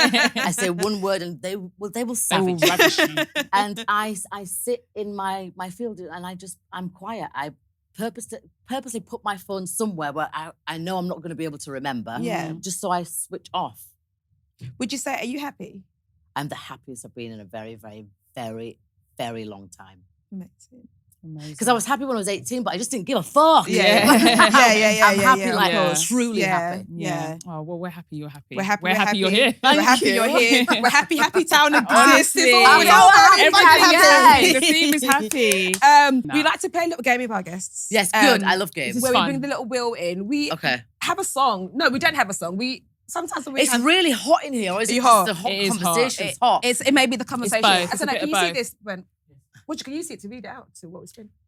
Oh, no. Okay, cool. Okay, so I spin it, and whatever it lands on, you answer, right? All right. Whilst it's spinning, we sometimes sing. Go on. But we won't do that in front of you. Why not? Everybody sings. No, it's not good. Well, Rory, my partner, sings, and he's seriously. I'd never heard anybody tone deaf until I heard him. He will sing in completely but the wrong key, where it's like that, like nails down a chalkboard. And I have to say, please don't. People who can't sing, we really enjoy it. Well, that's what he says to me, and then I feel like a bitch when I say it. So I have to just turn it up loud enough that I don't hear him. Is there a Spice Girl song that goes around? No. You can stop. Okay, that's a great one. Okay. Stop right now. Thank you very much. I'm going to pause. Oh, it stopped. Oh, it stopped. Right there. The question is, what's for dinner? I don't know because I don't ever have to cook. Rory cooks. Rory is the most amazing cook, and he cooks everything and anything from meat and potatoes, Sunday roast dinner, to rice, peas and chicken, to a healthy vegetable vegan soup, to a smoothie. And all I have to say is, God, I'm really hungry. What do you want? He loves cooking. And he loves, he's a giver. Yeah. He really is. You deserve whatever it is. And then if I eat it, I just go a bit like that. He goes, what's wrong with it? Well, I did this, and he'll talk me through the whole recipe. And I'm like, it's fine. Honestly. That's a little break. I just want to break. Or if I leave something, why aren't you eating that? Because you've mounded my plate up with 2 Yorkshire puddings, not 1. Because I'm not a thief, that's why. Okay, another go. Right now, thank you very much. I need some. Okay, so. Why aren't you singing? Oh, sorry, that was really aggressive. I didn't mean that. Listen, sorry. She's the perfect person. And it was really well. Ding. I am the perfect person to not take a break. Yeah, I don't. She's like, let's sing, and then she's like that. She's fine. Do you know what it is? I'm taking in the moment that Mel B is singing stuff right now. And I've tapped your hand like you're a child. Do you know when someone does something, it's like, stab you back into reality? That's what that was. It's like, get in your fucking room. Get in the room. That was done with love and kindness. You do not have to explain it. That was getting back into the room, bitch. You're singing next time. You're singing next time. I am never washing my hands again. Shut up. Shut up. My bio's going to be one slaps my mouth. Oh, no, stop it. That must be weirdos. When I brought my book out, Yeah. I wanted to do lots of signings because I wanted to see the kind of people that were buying the book. Mm-hmm. So first of all, the ages just ranged from a young teenager to I had a woman, and I felt really bad. She was in her 90s. Oh, wow. And she'd queued up. I was like, oh my God, come here. Yeah. So that was a real eye-opener, and all different walks of life. Some council estate, some posh, some rich, some just kicking it, whatever. Yeah. But the one of the weirdest things was on that one of those signings, this girl had told me a bit of a story because I don't have to go, yes, right, yes. I say, hey, how are you? And obviously the book is quite intense. So a lot of the women will say, you know, you've helped me get through this and thank you. She said, can you sign my hand? But it wasn't like up here, it was here. Yeah. Because I'm going to get it tattooed. Oh, wow. And I went, I don't have the best signature. I'll do it on a piece of paper. She was like, no, please. And so by the time I came to finish the signing, she'd gone and got it tattooed and came back and showed me because I was like, she's not going to do that. Oh my And she'd done it. Wow. And it's there for life. Well, good job you can get lasered these days. That's a commitment. Yeah, that really is. But she was basically saying, you've really changed my life. You've actually made me realise all these relationships that I had were going round in circles. They were very abusive relationships. And one of them was so severe, she had to be literally taken out. Wow. I guess So I was seeing like, it was right. a reminder to her to be, that's why I'm never washing my hands. Oh, stop it. Stop it. Okay, last one that I'm going to Right, sing. so Let's you go. ready to go? Stop right now. Thank you very much. And need some. Okay. Oh, sorry. What was it? My bad. See, that was aggressive. Get it going. That was my bad, it isn't. But it says, did you nick anything from Buckingham Palace? Oh, I didn't nick anything from Buckingham Palace, but I nicked something from Nelson Mandela's house. Oh, did you? And I told him because we got invited to dinner and we were doing a lot of promo and stuff like that. So we had our hair and makeup artist with us, just one for 5 people. Can you believe that? One hair person, one makeup person. Well, I didn't get my hair done, did I? We were cheap back in the day. Now we all have our own. So they weren't allowed or approved to come in. So already us 5. And I felt really bad because I had to sit in the van. So I said, don't worry, I'll nick something for you.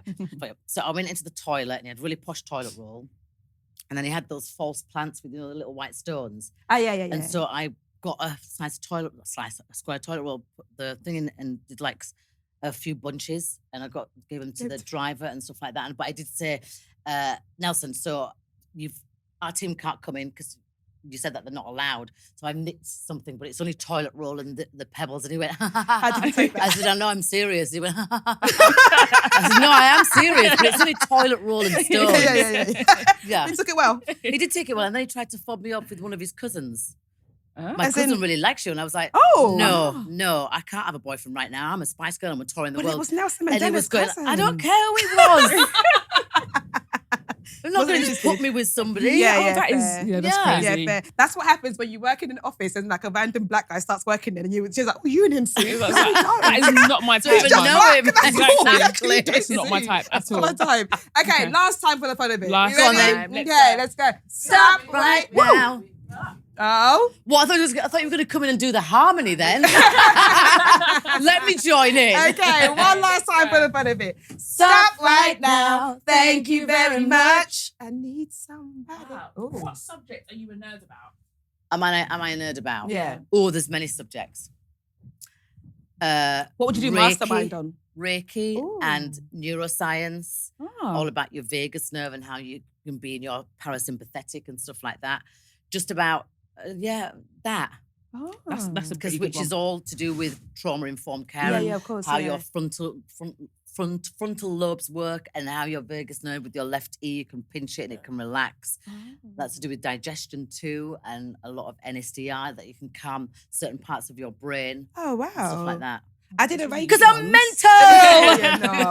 I remember doing a Reiki session once. I'd never done it before. And I don't snore, but apparently I snored the whole time. I've never snored in my life. That's good. But she was like, you were really snoring. I was like, I'm not a snorer. No, but that's good. Your body must have Relax. needed No, it. just kind of be Yeah. like, relax. But Yeah, it was I really cool. snore, and I'm not ashamed of it because Rory, I said We to know, Rory, we watch Bear I Grylls. said, I said to him, I don't believe that I snore. I just don't believe it. Anyway, he videoed, not me. Yeah. And I laughed my head off. I said, "You're lying." It's not me. It was like in really loud. Then I went, "How do you sleep beside that?" My husband's He goes, the same. "I find it really relaxing. It knocks he him out loves straight you. away." Yeah, And then wakes him up. He's like, he "What's going on?" loves you.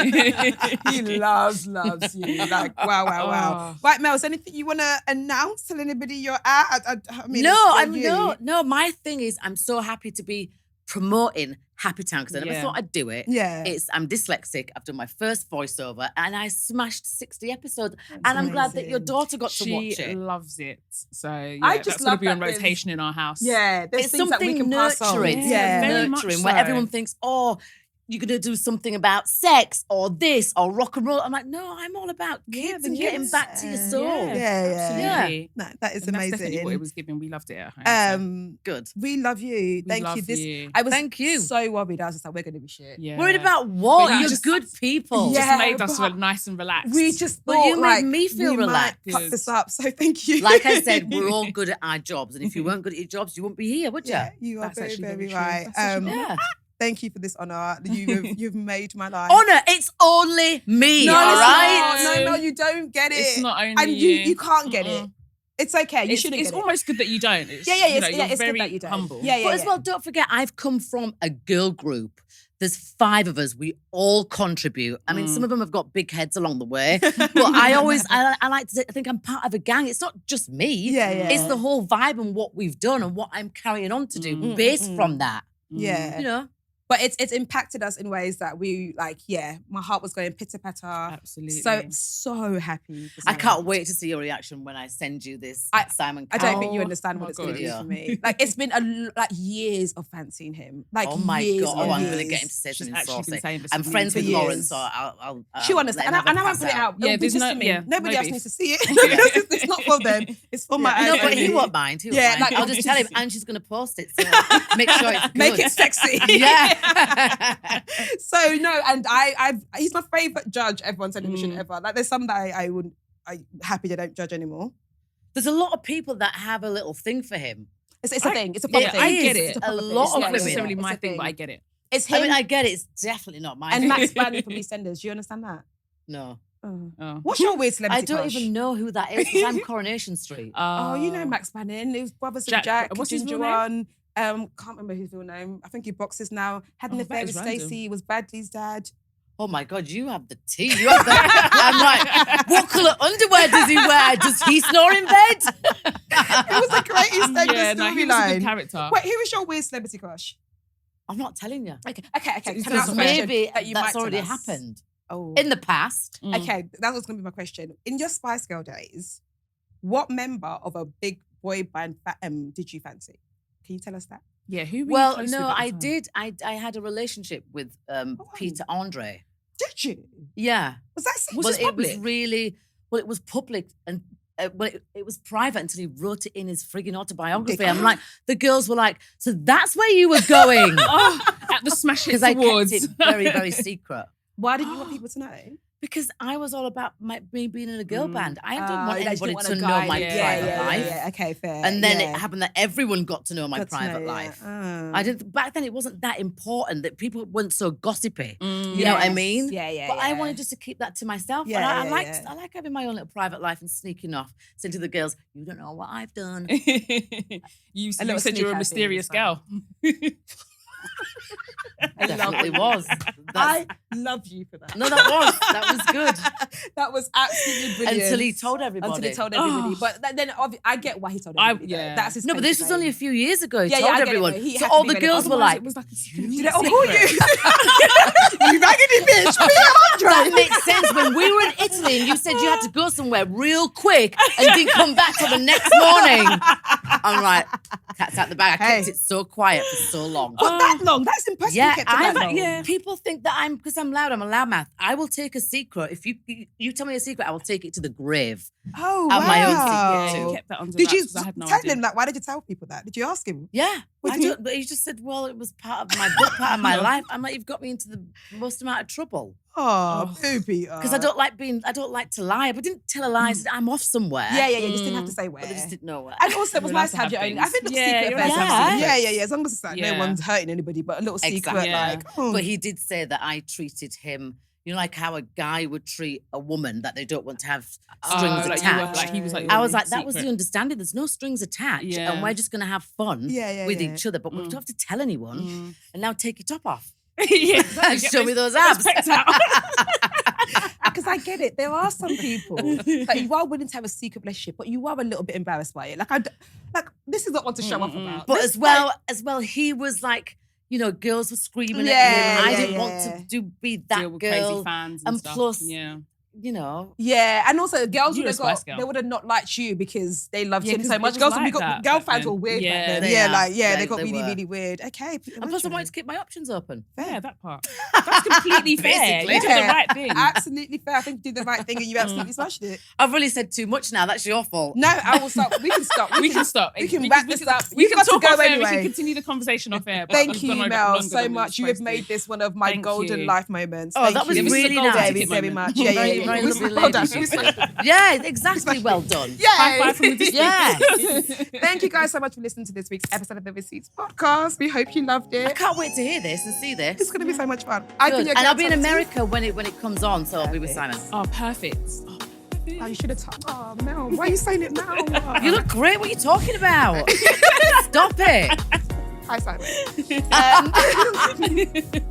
I've been your girl, Tolly T. Just call me Audrey. And Mel B drinking Coca-Cola. And I'm Mel B. Watch Happy Town on Sky and Now TV. Mwah.